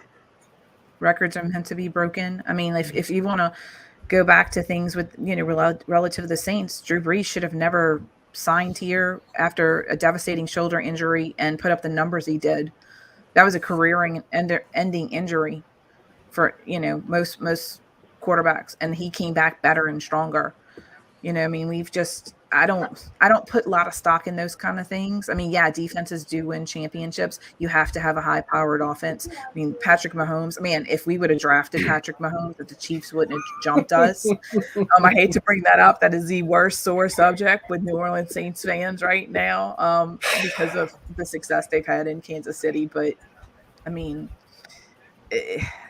I kind of feel like they've really fixed whatever happened last year. Like they just regrouped and made the changes, and the team just is playing with more confidence and swag and passion, and you're seeing it. You're just seeing it this early on, which is we didn't see last year. I don't know. Like I said, I don't know. I'm not going to pretend to know what happened last year. I think it was just a mountain of factors, but I'm just not seeing that right now. And maybe it's just because I'm optimistic because of what I saw today, but it's hard to not be because it was impressive. I want the teams to succeed. I feel like they made the changes they needed to make. I think they're going to continue throughout the season. I think you're going to see them not sit on their hands when things go wrong. We talked about this last season with, when players would make mistakes. Sean Payton would grab them by the jersey, and he was in their face and they would get benched. I think this year you're going to see that. I think if a player makes a mistake and, repeatedly doesn't perform, the next man up, we have depth. That's the beauty of what Logan said. We've got depth this year at a lot of different positions. So whether it be they not perform, whether it be, heaven forbid, it's an injury, next man up, make a name for yourself. There's 52 guys on this roster that, they're professional football players. Everybody's fighting for a spot. I remember somebody told me this years ago, nobody's ever really safe on a roster, including the quarterback. And it's true. I don't want to see Derek Carr get benched, but I mean, hey, if he doesn't perform well, but y'all get what I'm saying, though. It's just nobody. That happens. Oh my God, I'm going to have to leave Twitter. I'm not calling it X. I'm not going to leave Twitter. You want the best guys on your team performing every Sunday, every Monday night, whatever they're playing. So, just get the job done. We've got the talent. If we stay healthy, there's no reason we're at least an 11 to 12 game winning team this year. I've got us going 11-6. That's what I have us at. I have 10-7, so we're in the same realm. So I mean, yeah. Marcus, you gonna say it or no? Let me pull their schedule up so I can make a decision on that. I mean, I do. Let's see. I'm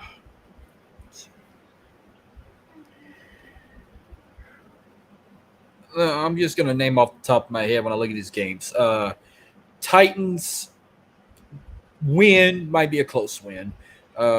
Maybe this Panthers game they could win or could lose. I'm not sure. Packers definitely a win. Tampa Bay a win. New England maybe a loss. No telling with that. Texans will win. Jacksonville might be one of those like losses, games we should have won, but I could see them potentially getting upset by Jacksonville's. I wouldn't call it an upset. I just say that, but like they had a great season last year. That's gonna probably be like a tough game for them. I could see them losing. I could see them beating the Colts. The Bears actually impressed me in preseason, so that could be another game that could be a potential loss. This is the game we have to beat Minnesota. Like there's always one game I have to circle. Like a couple of years ago when they played the Rams, I said we have to beat this team, and they turn around and beat that team. This season, the team they got to beat is Minnesota. If they lose this game, this is going to be the one game of the year I'm definitely going to go angry if they lose. They're playing over there, and that's going to make it even tougher. I would love them to win, but it's like the fact it's in Minnesota, it could be a loss. Falcons a win. The Lions is a sneaky one too. I think they were talking about the Lions might be good this year. They actually had a sellout on season tickets. I think that's the first time ever I ever heard the Detroit Lions selling out.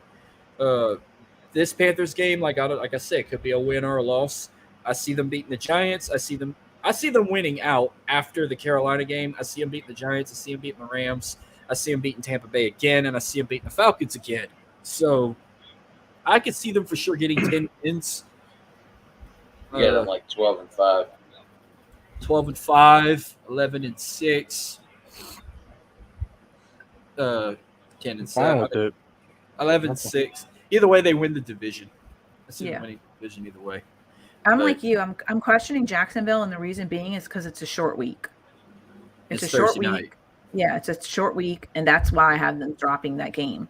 I wanted to say 12-5, but I'm thinking that, and I'm optimistic. You know, we may not be playing our starters the last week of the season. I mean, we don't even know when that game is just yet officially. I think all week 7. I think all week 18 is TBA. TBD. Yeah.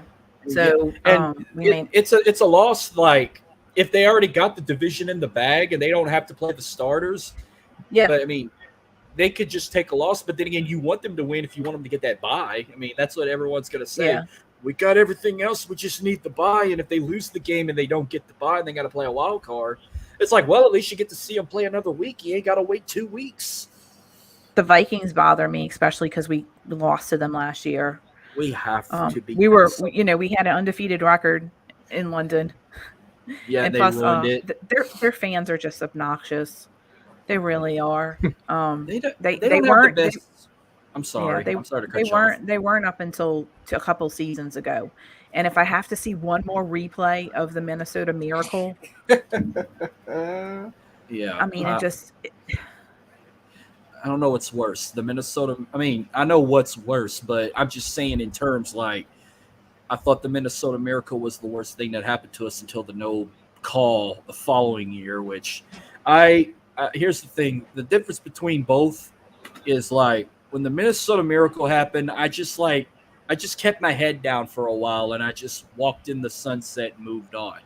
The no call, I have been in Facebook jail. I got suspended from Twitter. I got called out by politicians from Atlanta. I even boycotted the Super Bowl. Like I was furious about that no call, and it was all over them. Everybody boycotted the Super Bowl. They raised $22,000. I think it was $22,000 or $24,000 for charity that day because there was a boycott of the Super Bowl. Bars and restaurants all throughout the city of New Orleans played Super Bowl 44. And bars and restaurants were packed. The French Quarter was packed. Everybody was packed, partying.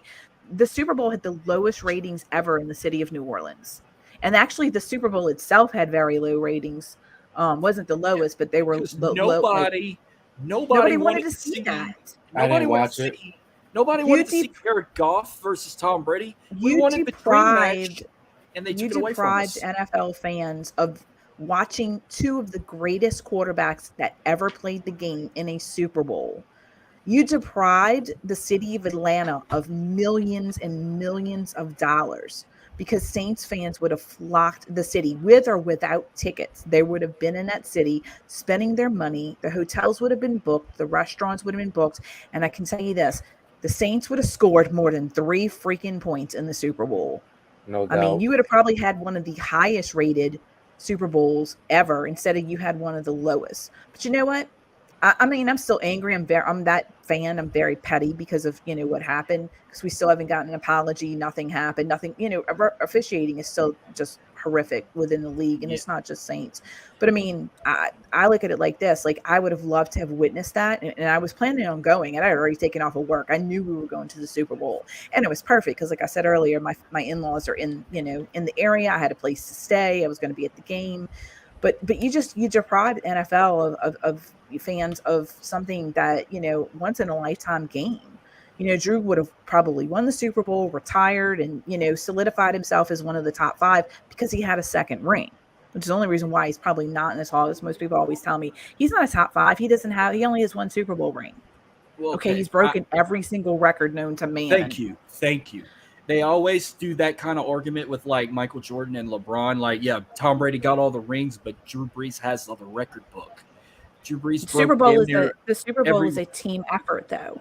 Look at an individual, what Drew Brees did as an individual, and that's why I put him in the top 5. It's just because he didn't get a second ring. But then people sit and argue that Aaron Rodgers is a better quarterback than Drew Brees, and I'm like, same rule applies. Then he never got MVP. Like, that's like his biggest letdown is the whole MVP thing. Plus, is a glorified popularity contest. Exactly. Which he ain't gonna get it no more as long as Patrick Mahomes is still snapping a ball.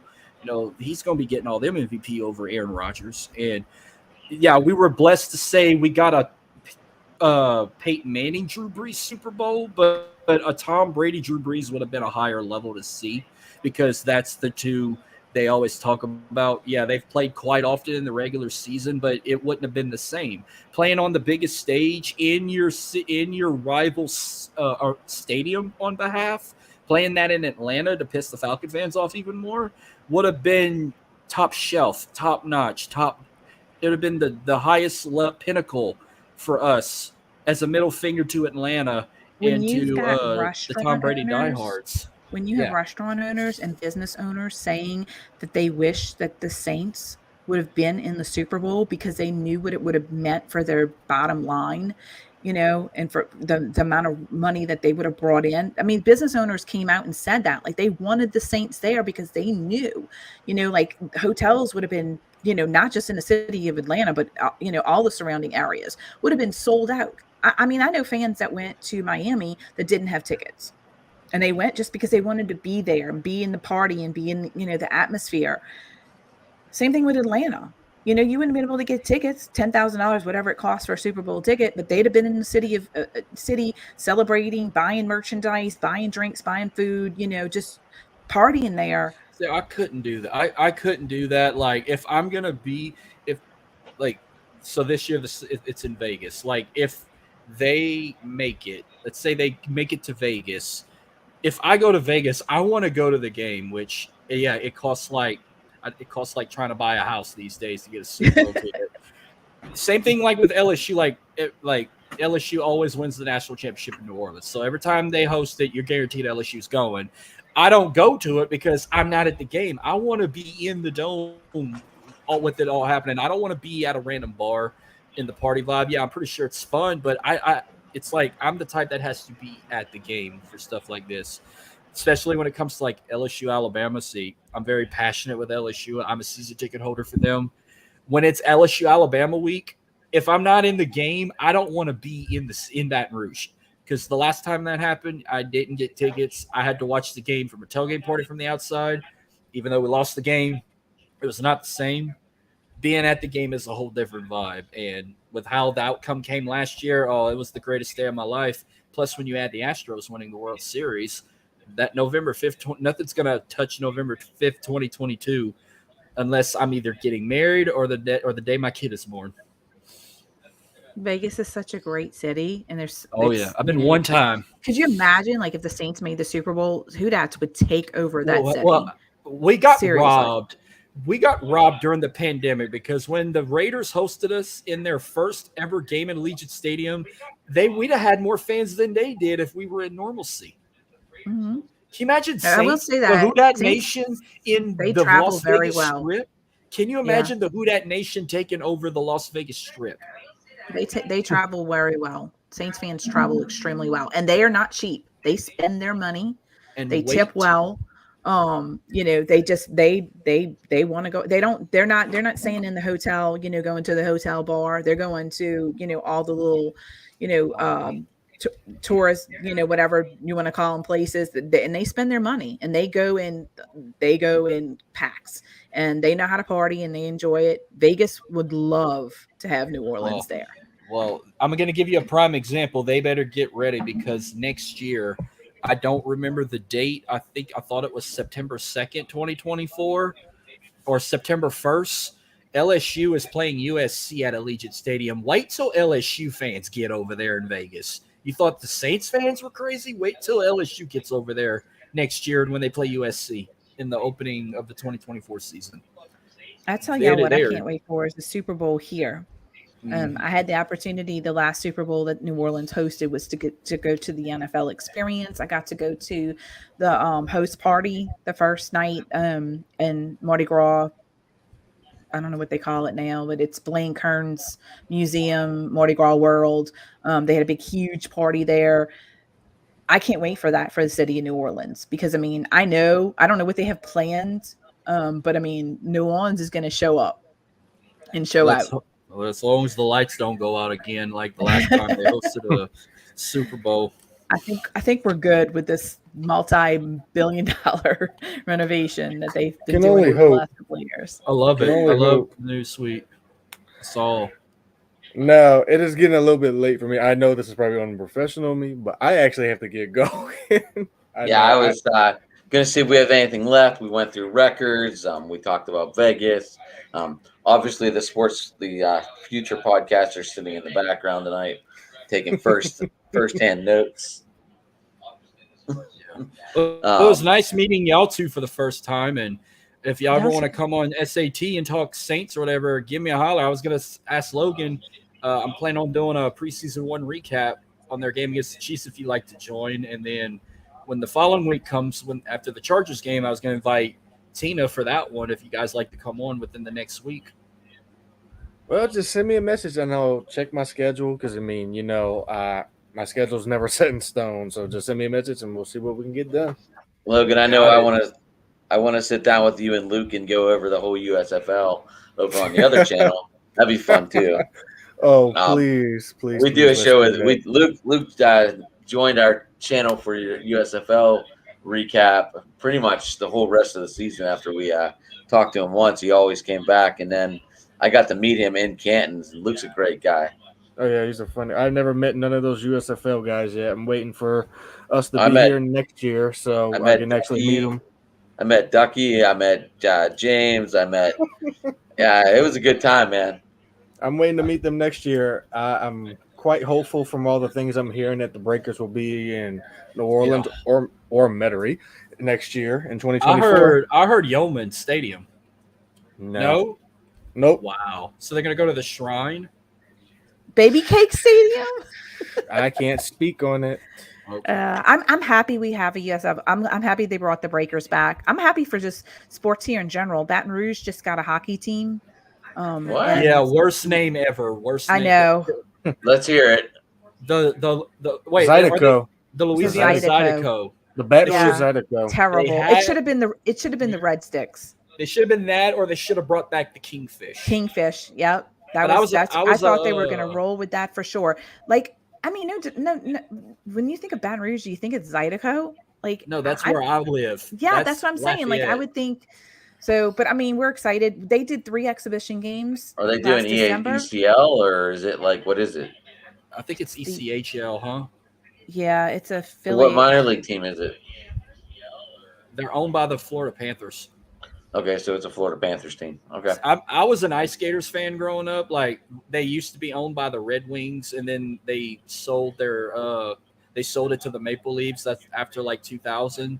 But they don't have ice skaters no more, but man, those were the good old times. That's how I got into hockey, and then I jumped on the NHL bandwagon and hopped on a team or two. And then when Vegas finally made a team, that's the only Vegas team I'll cheer for, and that's the only team I could say I've been with since they were born. And they became a team, I think, in 2016 or 17, and been with that hockey team ever since. Plus, they're Saints colors. So before I had Vegas gear, I was wearing Saints gear while watching them at home till I got my first Vegas shirt and hat when I went to Vegas in 2017.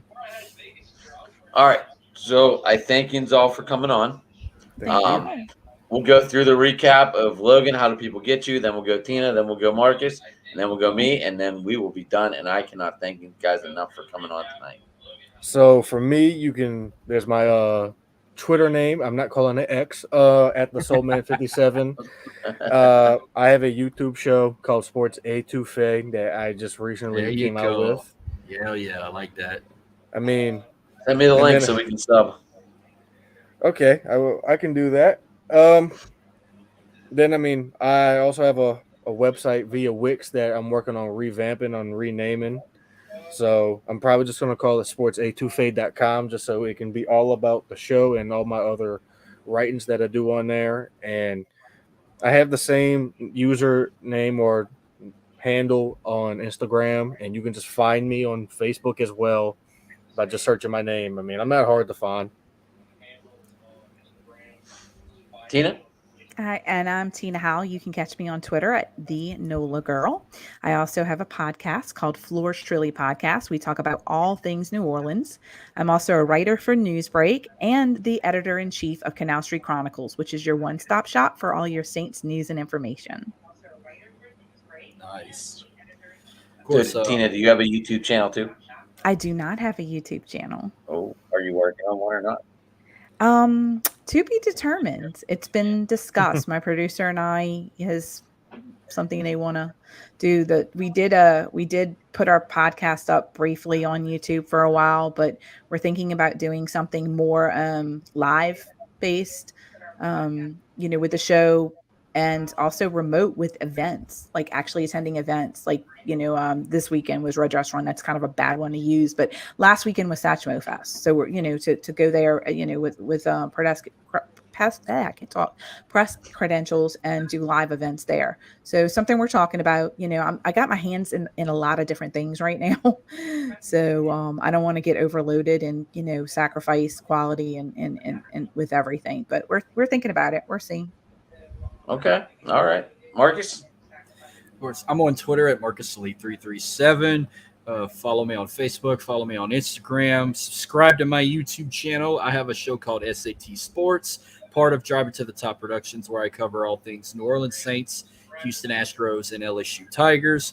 I also have a wrestling podcast called the World Elite Podcast. Be sure to check us out there. And I said I'm on Facebook and Instagram also. You just type my name, Marcus. Last name's Hay, Hay. You'll find me on Facebook there. Same on Instagram. Sweet. You can find me at Driving to the Top on the YouTube channel. You can find me at Driving to the Top. We had to get the extra E in there. I don't know why. On Twitter or X, whatever we're going to call it here on the show tonight. Also, you can find me at Sports Talking It, and that's where I found you guys. And I am thankful you came on, and everybody have a good night. Thank you. Thank Good you. night. Thank you. Good night. Thank you.